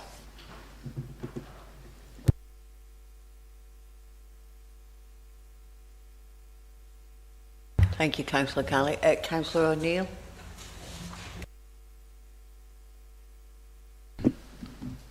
Thank you, Madam Mayor. And Councillor Owens, first off, we welcome your announcement of the Empty Properties Task Force. So this is one of the most important debates we'll probably have this year in this chamber. This is far more than just entries on a spreadsheet. It's a statement of intent, and that intent should be rooted in unfiltered honesty with the best interests of our residents at its core. Before we progress further though, I just want to remind everybody that just under 2 years ago, Keir Starmer said, not a penny more. There wouldn't be a penny more on our council tax. Yet here we are, 2 local budgets later, and by April, residents will have experienced a cumulative 10.25% increase in their council tax. At Lancashire County Council, reform proposal is to raise council tax by 3.8%. Just as under the Conservative, Labour appear content to underfund councils and the needs of our residents. I do agree with Councillor Williams on one point though. Council tax is in desperate need of reform. It's still based on 1991 property valuations, raising vastly different amounts of money in different parts of the country, unrelated to need. Our bills are significantly higher than the ultra-affluent areas such as Westminster or Kensington and Chelsea. The gap has grown since the early 90s. We are being asked to pay much more for the very same services as the richest in our society. Labour keeps telling us they're all for fairness. When Labour were in power between 1997 and 2010, they did nothing to address this. Surprisingly, the Conservatives didn't do anything either. Now Labour are back in power, and still we're not seeing any progress in reviewing this. So whilst I have sympathy for the council leader in attempting to balance a budget which initially appeared to be a 16 million shortfall by our own party, it's only right that we acknowledge that's not your fault. We were told a 3-year settlement would provide certainty for councils in need. That has not really materialised either. Instead, funding appears to have gone or been directed toward the louder voices at councils in the south. Once again, Blackpool has been overlooked. The so-called Pride in Place grants look less like strategic investment and more like political protection. 20 million allocated to embattled MPs, with around 85% of those MPs being Labour. Although we have just seen a payment to resolve the electrical issue at Tramtown, which I doubt anyone disagrees with, it raises serious questions. Pride in Place would be a fantastic idea if we weren't facing ongoing funding gaps. Spending decisions should be scrutinised openly in this chamber. Again, over the past 15 years, cumulative budget gaps amount to over 2 billion in underfunding. Much of that sits with the previous Conservative government, but Labour appear willing to continue that pattern. Over the past decade, council tax has risen by the maximum permissible. Meanwhile, debt has escalated dramatically. In 2011, the Conservatives left this council in debt to the tune of 98.5 million. But by the end of this next financial year, it will be approaching 600 million. That level of exposure presents serious risks, particularly when local government reorganisation is on the horizon. We are concerned that this budget is built more on optimism than certainty, assumptions rather than hard guarantees. Social care remains the largest pressure. Adult services has risen significantly in the last 2 years. Demand is rising, complexity is increasing, and provider costs are climbing. These are genuine pressures, and we fully support funding the care people need. Children's services, however, raise serious concerns. This year, we're looking to experience an overspend of up to £8 million. Yet next year's budget assumes a reduction in those costs. We will support bringing services in-house and hope it succeeds in the long term. But significant short-term savings are far from guaranteed. If those savings do not materialise, and historically they rarely do, the council will be forced into emergency in-year action. Vacancy freezes, service reductions, and cuts introduced without full public debate. The optimism around children's services represents our single greatest concern to this budget. Our second concern is the reserves. We appear to be planning finances that bring balances dangerously close to the minimum safe level, with the expectation they will be rebuilt later. That strategy only works if every assumption proves correct. In local government finance, that almost never happens. Good financial planning anticipates pressure. It builds in contingency. These safeguards appear limited in this situation. Residents will be told today that the budget is balanced, but services may well be reviewed further down the line. We're not attempting to be obstructive. We recognise the immense pressure on Councillor Williams in delivering this budget. The previous 14 years of Conservative government and decisions made locally over that time have contributed significantly to why we are where we are now. But the current Labour government appears more focused on protecting MPs through centrally controlled funding pots than properly addressing structural inequalities in places like Blackpool. That is why Pride in Place funding deserves scrutiny. Spending decisions should be made here, transparently, in this chamber. Against the backdrop of ongoing underinvestment and broken promises, it is perhaps unsurprising that our Chief Financial Officer, Mr. Stephen Thompson, has chosen to leave. Selling off non-operational assets amounts to little more than a car boot sale. Once those assets are gone, they're gone. It's a one-off fix that doesn't do anything to address the underlying structural problems.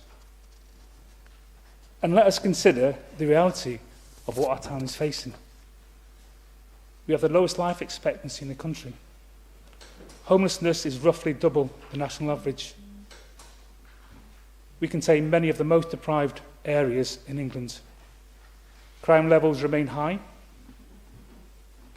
Children in care are nearly 3 times the national average. Children in care are nearly 3 times the national average.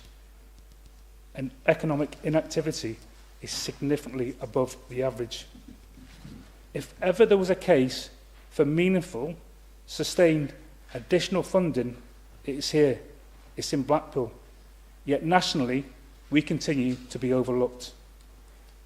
The Council's primary focus must be on improving the lives of our residents. By almost any objective measure, we are failing. Funding shortages combined with historically high taxation pressures means many working families are struggling.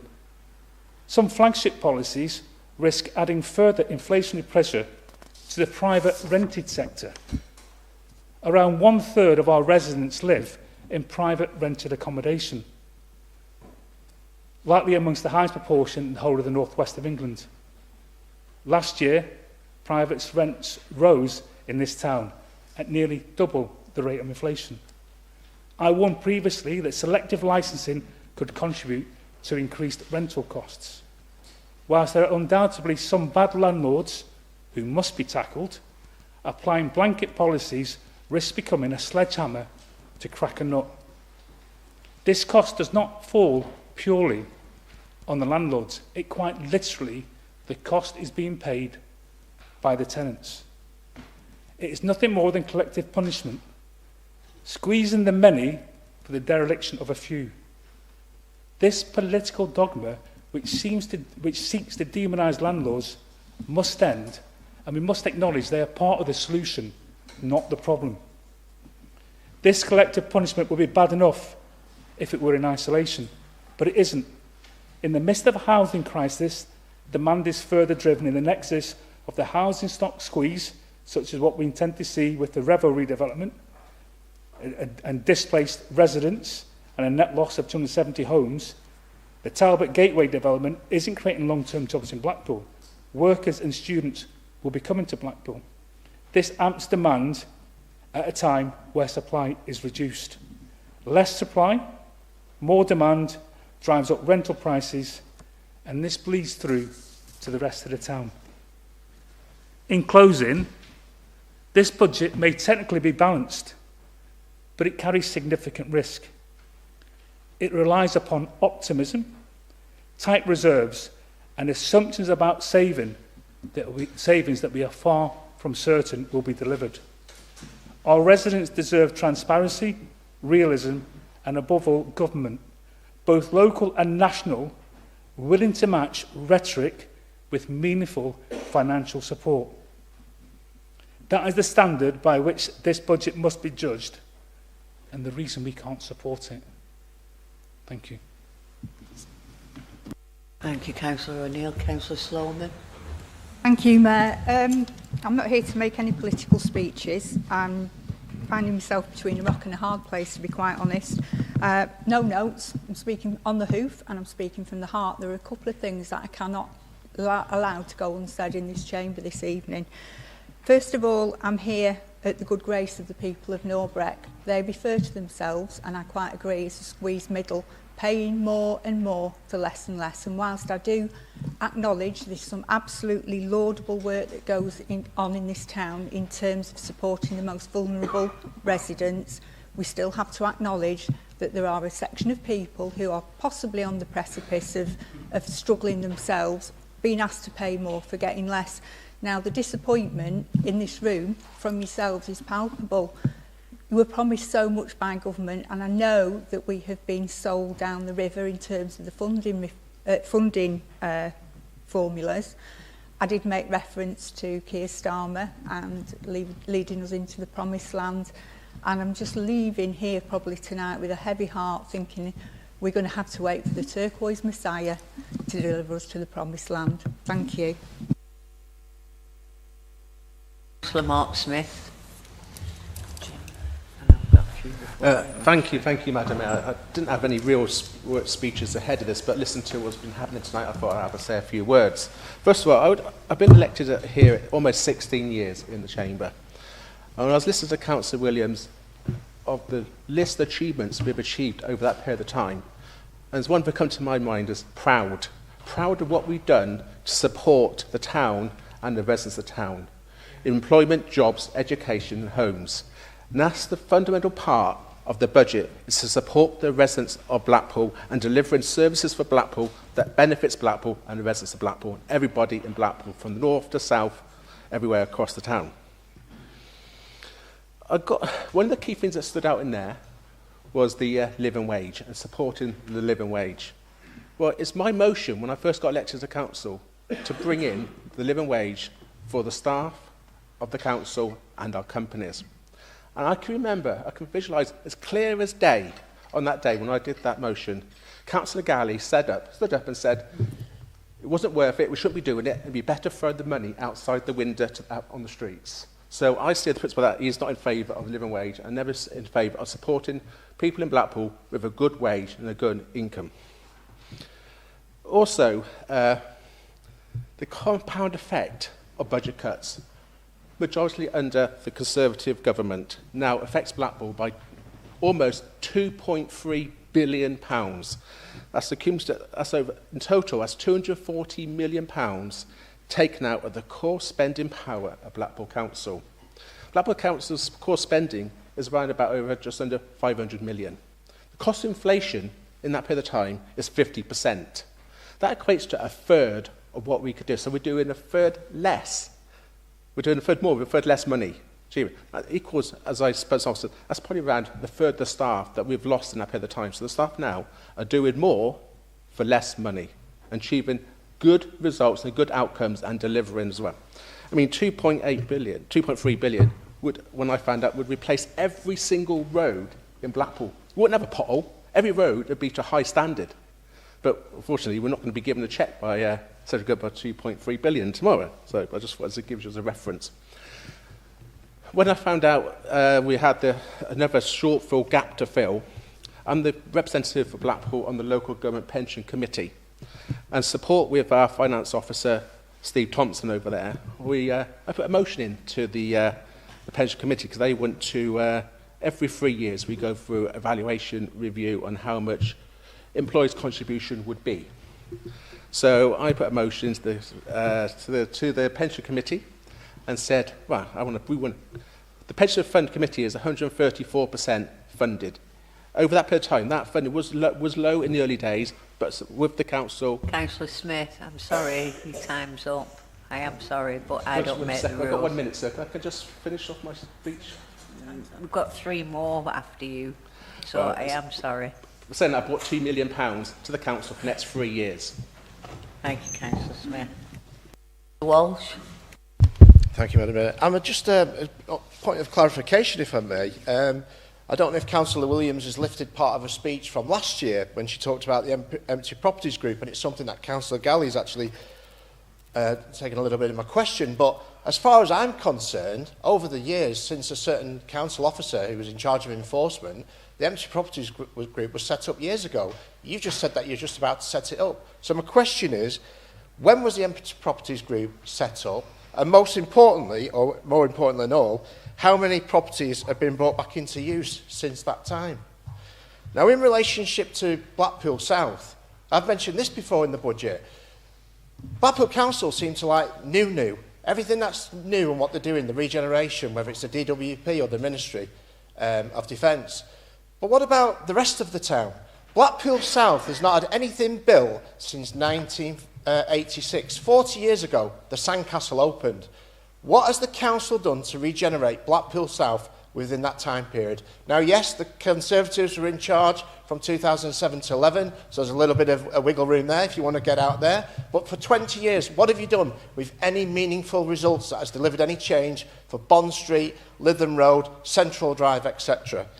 As for other things, we've had a great successful weekend with the magicians coming over this weekend. From all over the world, we've had David Blaine here, we've had Stephen Fray, which is formerly known as Dynamo, and it's been fantastic. I've even had them in my hospitality in my place. But what I have heard from everybody, what a mess Blackpool looks. If it wasn't for going into the Winter Gardens itself and being an absolute jewel of the crown, and it's fantastic, and the services that I've put on, the conference itself, they've all slated the place. Is anybody looking out with their eyes? Now, we see YouTubers, and some of them, you know, I have to say I don't particularly have much time for, but the camera doesn't lie. They always pick on the negatives, and some people label it as poverty porn, but you only have to go around and see the social deprivation of Blackpool. So I keep hearing all this fantastic regeneration, but where is it? What are we looking at? Why has so many people got a negative spin on it? Also, just finally, we're talking about Showtown. It's a fantastic achievement that we've been able to curate such a wealth of entertainment within Blackpool. But nobody's going to it. You've put it in a monstrosity of a building that no one can even see where it is. So, in a couple of years, that will be closed down, just like Peter Rabbit has been done. And we only found that out through the local media. So, I won't be supporting this budget because Labour are a shambles. Councillor Bradley Walsh. Bradley Walsh, I've got him on the brain. Thank you. When this side warned about the direction of travel, including exceptional financial support or Section 114 notices, we were shot down. The Chief Exec told us that it had happened only over his dead body, and Labour councillors on the Audit Committee voted down any further look into the Council's finances. Well, now this Council's own budget tells us what we said all along, that this budget is only just robust, reserves only just adequate, and the risk of exceptional financial support or Section 114 notice has gone from apparent scaremongering to written real-world possibilities. In the Chief Financial Officer's own words, departments have repeatedly overspent and under-delivered on promised savings year after year. And what's this Council's response from the inability to get a grip and to live within its means? To further punish residents by putting up council tax by the maximum 5% yet again. And we've heard that even our Blackpool South Labour MP has said council tax should be frozen. Even Chris Webb knows Blackpool residents are being rinsed. Though Chris Webb and this Labour government are not blameless, loading councils with costs without properly funding the consequences, such as national insurance hikes and minimum wage increases that have resulted in compounded budget cuts that now equal over £2 billion. A deceptive figure concocted by this Labour council, but a figure that now stands £600 million more than under the Conservative government. That's £600 million of supposed budget cuts in under 2 years of a Labour government. Which brings us on to the so-called savings plan to find £12.5 million. This isn't all identified and includes the use of flexible use of capital receipts. In layman's terms, selling assets. And I know Councillor Williams said this isn't selling the family silver, but this is selling the family silver to pay for costs that should fall on the revenue budget. That isn't strategy, this isn't planning, this is a panic fire sale dressed up as prudence. And to top it off, we're still forecasting overspend by 7.4 million, wiping out our working balances, only to miraculously top them up by moving 6.9 million from an undefined set-aside provision. To use more of the Chief Financial Officer's own words, this budget only gives departments a fighting chance to deliver with a fair wind. This budget is only deliverable if every if falls your way. When external audit have warned that both capacity is an issue and management's capability in certain areas is a problem, I have no faith that this budget of increased taxes, higher risks, increased costs and crossed fingers can be delivered. Councillor Hobson. Thank you, Madam Mayor. I don't intend to steal any of the leader's thunder, but I'd just like to respond to Councillor O'Neill's points around children's.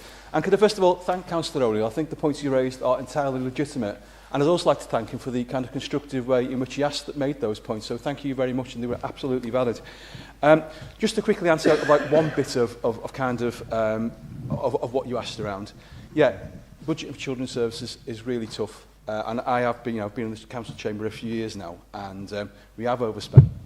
In answer to your question around how we're going to do it this year, it's based around increasing our own numbers of foster carers. The Northwest Fostering Hub is a real success. We've done really well out of it. We've got quite a new number of foster carers coming in. Now, I know Councillor Michelle Scott asked around this at the last meeting, what were the plans going forward? We are working on extending this going forward. In fact, we're going to expand the offer so it literally is a one-stop shop from the moment anyone's vaguely interested right into up to the point where they take over the children. So that's kind of our plan as around the efficiencies on that. But I'm at the risk of sounding like a stuck record, because I know I've said this in council at least once. In my role as children's lead, I have the occasional night where I don't sleep. And the nights that I don't sleep are when things like I've been sent a report through that's raised an incident around something that's happened to one of our children. And I don't sleep some nights worrying about our children. What I never lose a night's sleep over, Madam Mayor, and forgive me about this if this offends anybody, is the budget. And the reason they don't is that my senior officers and all the different agencies who've come in to inspect us over the last few years have told us that our children are safe. So I will take any criticism in this chamber about an overspend, because I know our children are safe. Thank you, Madam Mayor. Thank you, Councillor Hobson. Okay, Councillor Hugo. Thank you, Madam Mayor. So, we've been asked, why are we optimistic? Why are we clapping? And what a mess Blackpool looks. Madam Mayor, whilst we are disappointed with the settlement from government, we are not defeated by it. Here in Blackpool, this Labour Council continues to deliver. We are investing in regeneration, transforming our town centre, supporting local businesses and driving forward major developments that create jobs and opportunities. We are strengthening children's services and prioritising early intervention. We are tackling the housing crisis head-on, improving standards, bringing properties back into use. We are leading in climate action, investing in renewable energy, and we are protecting the most vulnerable residents even when the resources are stretched to the limits. Crucially, as a proud coastal town, and we've heard people on this side say how proud we are of this town and how important it is not to run the town down. And I have the privilege of going to visit other coastal towns as part of my role with the LGA Coastal SIG, and not one of the coastal towns that we've been to visit is a patch on Blackpool. And this year we're going to be proud to host the SIG and the field trip to come to Blackpool and look at the amazing work that we do. And there's so much to show them, we can't cram it into the 2 or 3 days that we've got. And compared to the other towns that we go to visit, I cannot tell you how pleased we are to host people from all over the country to come and look at what we do in Blackpool. We're also pleased to be investing over £100 million from the Environment Agency. So that's not about us just being just robust or just adequate. That's an immense amount of money for vital sea defences, protecting our homes, our businesses and critical infrastructure from the growing threat of coastal erosion and climate change. These works are not optional extras, they're essential to safeguarding our future and giving confidence to residents and investors alike. We are not simply managing decline, we are building a better future, and that's why we're optimistic and that's why we're clapping. This budget reflects our values: fairness, responsibility and a commitment to protect those who need us most. It's a careful, prudent budget that safeguards frontline services while continuing to invest in long-term transformation. However, let me be clear, Blackpool deserves a fair deal. Our residents deserve funding that matches need. Coastal communities must no longer be an afterthought in national policy. Until that happens, we will continue to lobby central government, ensure that our voice is heard at the Local Government Association. Sorry. And work with our Time's up. MPs to make sure we get the funding that we deserve. Thank you. Before we go back to the leader, are there any more councillors wishing to speak? Councillor Brooks. Yeah, just briefly, Lady Mayor. I'm a local politician. I'm not going to try and defend a national decision. I'm talking about the issue that we face with this budget. The only good thing about the fair funding settlement is that they've told us for 3 years how much we're not getting. That's the only good thing. And the sad news is, at the switch of a pen, with some civil servant in the south of the country, we've lost a fortune. It's a bizarre situation where a borough, the average housing cost has gone up from £300,000 to £400,000, makes them a more deprived ward than Blackpool. Blackpool that's got the most kids, looked after kids per 10,000 in the country. Second. Sorry, we're now second. We've gone down the table. But that's the nonsense of that switch of the pen by the civil servant in London. I'm not going to defend that. And no matter how many top fans we've got of Chris Webb, I'm not going to defend the fact that he's coming riding over the hill on his white Charger with 12 million quid, because a lot of other people put into that. Lorraine Beaver's put into that. Our officers put into that. I put into that. I've met Steve Reid. I've talked to Steve Reid. Lynn's talked to Steve Reid and told him about the perfect storm that's created by this switch of a pen. So I'm not going to defend that. But what I am going to do is stand up for locals.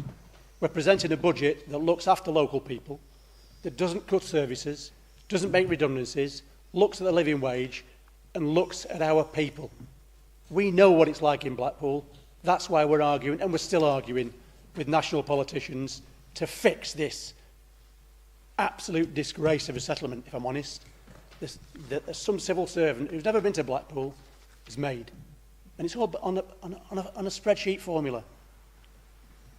We need to return to the good old days of when Tony Williams was in here. On paper, this looks like a responsible, realistic budget. It appears to avoid panic measures. Whilst trying to protect services in the short term, it also makes an uncalculated attempt to plan ahead. But it also makes very clear that Blackpool Council is operating in a system where rising need consistently outgrows available funding. Not planning to apply for exceptional financial support is significant. Most councils are effectively surviving on emergency help, so avoiding that keeps Blackpool in a stronger position, both perceptively and financially. Well done, Tony Williams. I just only wish there was more sensible contributions in this chamber tonight rather than relying on sound bites. We miss you, Tony. Come back soon. Thank you, Councillor Brooks. One final check. Any more councillors wishing to speak on this? No? Over to you, Councillor Williams. Thank you, Matt. So, okay, Councillor Galley, your questions. So, let's inject... Am I? Yes, I am on. Let's inject a little reality into this headline-grabbing fiction. Yes, the Council is addressing a £5 million budget gap, a gap created by years of national austerity. No, Blackpool Tower is not on the disposal list. No secret plan, no secret option, no heritage clearance sale. Is that clear enough? Number two, there were discussions ongoing in terms of what would happen in relation and negotiations regards to 60 million. So I will get you a written response to that when that has been updated. We're awaiting hearing from the Ministry. I think in relation to the council tax, I think my colleague Councillor Brooks has made that clear, what our position, that this has really been a group effort, and I want to pay particular credit to officers who have also worked, but also partners across the town who in education and business who it's symptomatic of the good relationships we have across the town, who have very strongly put forward the case why the changes from the original policy statement in June last year to, following consultation to the provisional settlement, were unfair to Blackpool. But let me be clear. Securing funding and setting council tax is serious business. It's not a press release. It's about real outcomes for our residents, and that requires teamwork, judgment and accountability. If services overspend, what assets will we sell? So, I believe this has already been explained to you. The assets that we have an asset register, an asset disposal strategy, and those assets that will be sold are those that do not generate income, they do not benefit residents. There will be a regular group meeting which will work through to ensure that there is absolutely no impact on residents. I'm not going to talk about which the particular assets are because that would obviously be commercially sensitive, and if I mention the assets, but you can rest assured, as I say, that they do not generate income, nor do they benefit residents. So, Councillor O'Neill, thank you for your comments. We are absolutely determined to deliver upon the budget with a clear purpose. You talked about risk, but sometimes it's a risk not taking any risks. But we're not avoiding that, but we will manage that risk with accountability and transparency, and we will leverage that borrowing for greater gains as we have done. And that enables us to safeguard public services. And then where were we? Councillor Walsh. There was an empty properties group. I would have to get you the details. This is a task force that brings all of those together under one new team that is actually proactive. But I will get you the details of what has been achieved to date. And there's a further policy statement which enables us. An awful lot of work has gone into because I think there's misunderstanding in terms of the powers that we have. We have with consultants, experts in the field, to understand how we absolutely maximise the use of all of our powers. We're all frustrated with those properties that have been there for years. And we need to do something radical. That's what this is about. This isn't about having done nothing for all that time. This is about really having absolute focus. You know, and I know you feel incredibly strongly about it. And I think we're really more helpful if you got behind this and supported and understood what we are trying to do here. And I'm more than happy to letting you have those details. You did mention about Central Drive. I do find it incredibly frustrating. You know, for years, rightly, in this chamber has been spoken about not doing anything. And then when we do, there is criticism and no, you know, no contrary proposition put forward. Actually, sorry, there was. You talked about Blackpool-Nomics at the start of the council meeting. There was, and I won't take lectures about regeneration from those who have proposal was to actually sell the properties in our poorest areas to build really large, expensive houses on them. That is essentially, no, that was what Blackpool-Nomics, part of your strand was. Councillor Smith, thank you. Councillor Mitchell, for all the reasons that I've said, that we believe we are committed to that being achievable. We will deliver. There is no panic, and we will deliver on this budget as we have done in all previous budgets. Councillor Hobson, thank you for your insight. I think, is that it? Have I done it while the screen light's still on? Oh, and Councillor Brooks, thank you. And Councillor Hugo. Yep. Thank you, Councillor Williams. We're now going to vote on the motion, and this motion will be recorded. This vote will be recorded. Thank you. Recorded vote on the motion in the name of Councillor Williams. Please could members indicate their answer with yes, no or abstain. Baker. No. Bamborough. Yes. Benson. Yes. Boughton. Yes. Neil Brooks. Yes. Pam Brooks. Yes. Sean Brooks. Yes. Budess.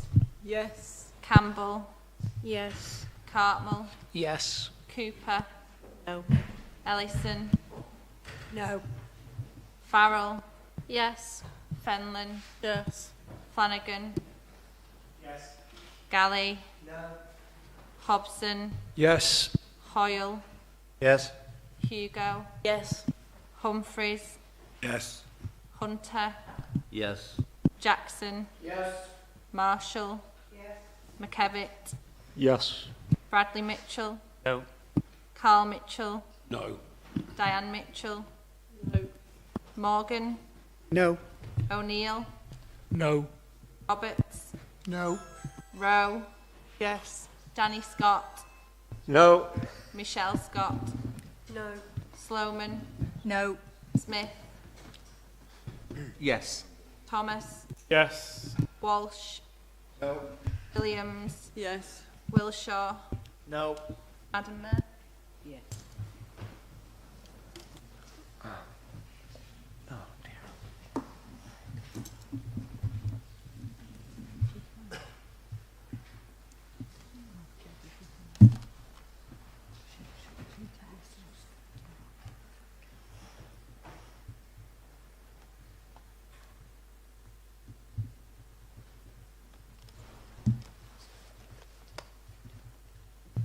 Madam Mayor, members have voted as follows: 25 for, 15 against, no abstentions. Thank you. Motion carried. We're now going to take a 10 minutes enough, rest break. So yeah, if you can be back here by 1:15, just after. Can I see that clock right? And it's 5 past. Yeah, just after 1:15. That would be great. Thank you very much. Thank you. Please be seated. We do away with that now. We're on item 6. Item 6, Capital Strategy 26-27 to 28-29, pages 183 to 206. Councillor Williams to move the recommendations of the Executive. Thank you, Madam Mayor. I move the recommendations and take questions. Thank you. Councillor Brooks to second the motion. Formally second and reserve the right to reply. Thank you, Councillor Brooks. Wishing to speak? Councillor Galley. Thank you, Madam Mayor. Yeah, this is nothing really more than a glossy brochure for Labour's debt-fuelled property speculation obsession with the town centre, Madam Mayor. It institutionalised the very behaviours that have left Blackpool with the huge debt and weak outcomes that we've just discussed in the previous item. Our finances are fragile. We've got major concerns about transparency.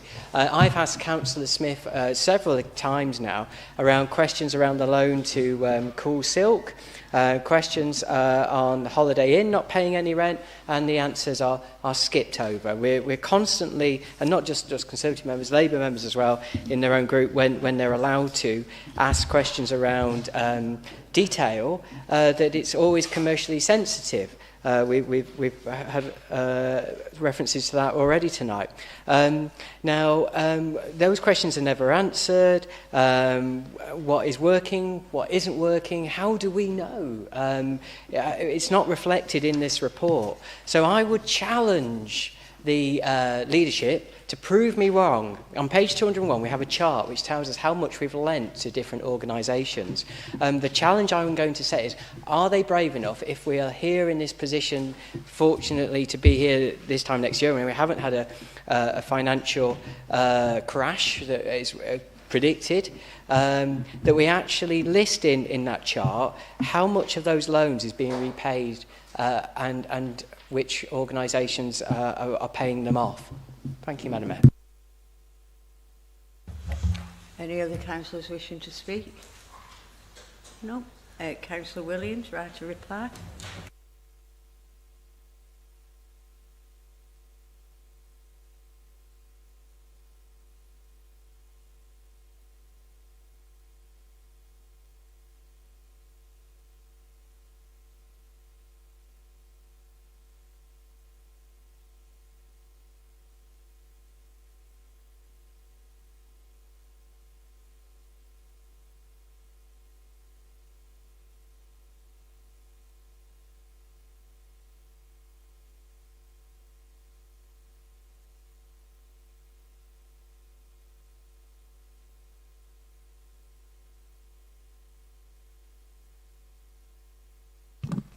Sorry. Make those available. But as I say, yep, challenge accepted. Thank you. Councillor Williams. Any other speakers? No. Council to vote on the motion. All those in favour? All those against? Any abstentions? No. Motion. Thank you. Moving on to Capital Programme 26, 27, 28, 29. Councillor Williams to move the recommendation of the Executive. Yes, thank you, Mayor. Yes, I move the recommendations and take questions. Thank you. The motion will then be seconded. Councillor Hugo. Yes, formally second with the right to reserve the right to reply. Thank you. Councillor Hugo. Councillors wishing to speak. Councillor Gallett and then Councillor Sloan. Thank you, Madam Mayor. We'll be voting no again on this. Again, there's nothing for the residents of South Shore, Bond Street, Living Road. Will look exactly the same with this plan as it does today. Councillor Brooks earlier alluded to the solution to some of our problems is to bring back my predecessor. I would challenge the leadership, why don't you bring back your predecessor, Councillor Simon Blackburn, as it was. He definitely would have got that Living Road and Bond Street needed fixing, and it would be great to see him back in the chamber to hear his oratory and obviously his conversations with the Labour group. Councillor Sloan. Thank you, Mayor. I'm sitting on the planning committee. We've got a meeting tomorrow night, and I was sort of read with a bit of horror that in the planning meeting minutes and the agenda that there is a comment in there to say that officers have advised that the Multiversity project will not be able to proceed if development costs increase further. Now, we are being asked consistently backwards and forwards for different things for the Multiversity project. I feel I've got a gun to my head now to basically say if we don't let things go ahead now, without any further ado, we're going to lose that project. And bearing in mind people have lost their homes and lost their businesses, have we got a plan B if the Multiversity can't go ahead? Thank you. Any other questions? No. Councillor Williams. Sorry.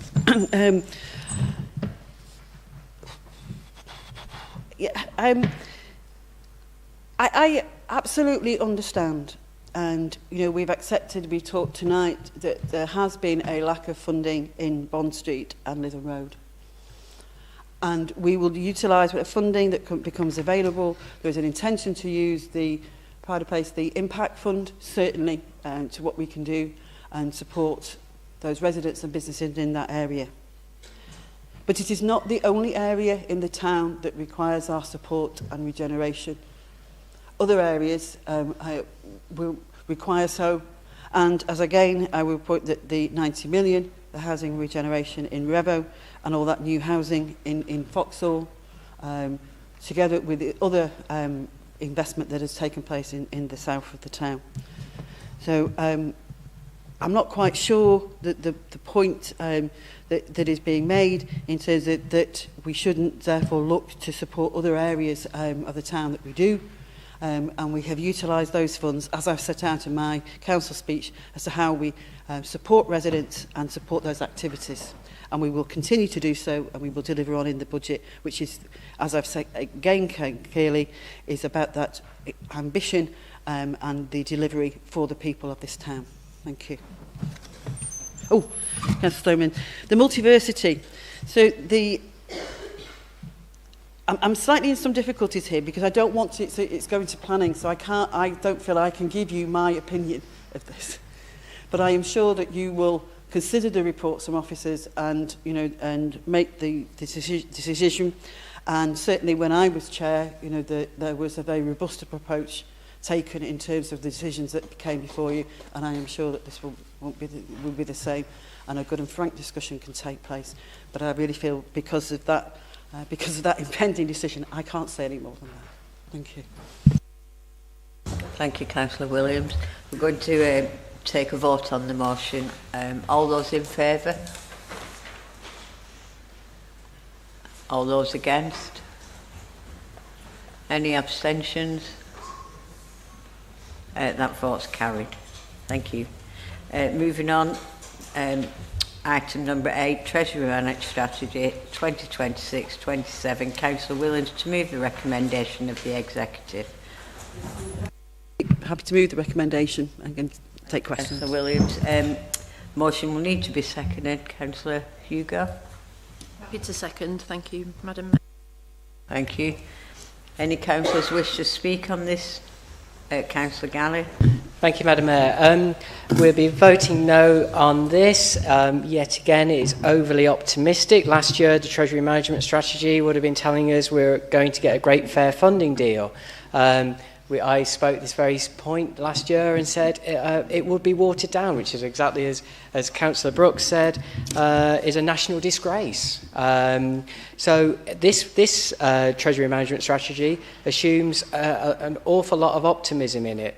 It picks up on a steady interest rate fall with moderate growth. It ignores inflation, it ignores gilt market jitters, and the phrase that most worries me, Madam Mayor, is this pursuit of optimum performance. Whilst that sounds great, but it doesn't recognise the rising long-term gilts and locked into debt now, which is the strategy, will trap us all together with higher rates for decades to come. That will absolutely saddle whatever the successor council becomes to this one with a huge problem in the same sense that we see with Lobo. So for that reason, we will be voting no. Any other councillors wishing to speak? No. Councillor Williams. Thank you. Borrowing when undertaken responsibly isn't a sign of financial weakness. It's a recognised mechanism that allows councils to invest in infrastructure, housing and economic renewal.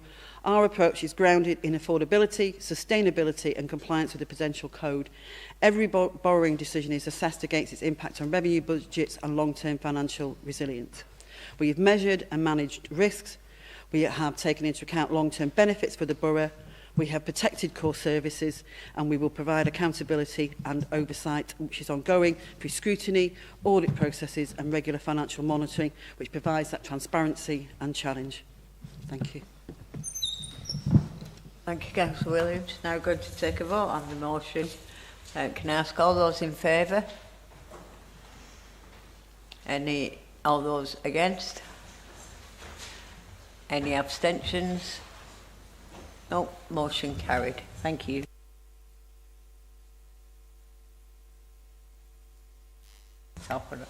Item number 9 on the agenda is Pay Policy Statement 2627. Councillor Williams to move the recommendation of the Chief Officer Employment Committee. Thank you. Yes, happy to move and I'll accept questions. Thank you. Motion need to be seconded. Councillor Hugo. Thank you. Happy to second and reserve the right to reply. Thank you. Thank you, Councillor. You got any other councillors wishing to speak on this matter? On this motion, should I say? No? Councillor Williams, anything right to reply? No? Good to take a vote on the motion. All those in favour? Any against? Any abstentions? Wow, that was unanimous. Thank you very much. And that concludes the business of the evening. So thank you very much, everyone. Safe journey home and bye.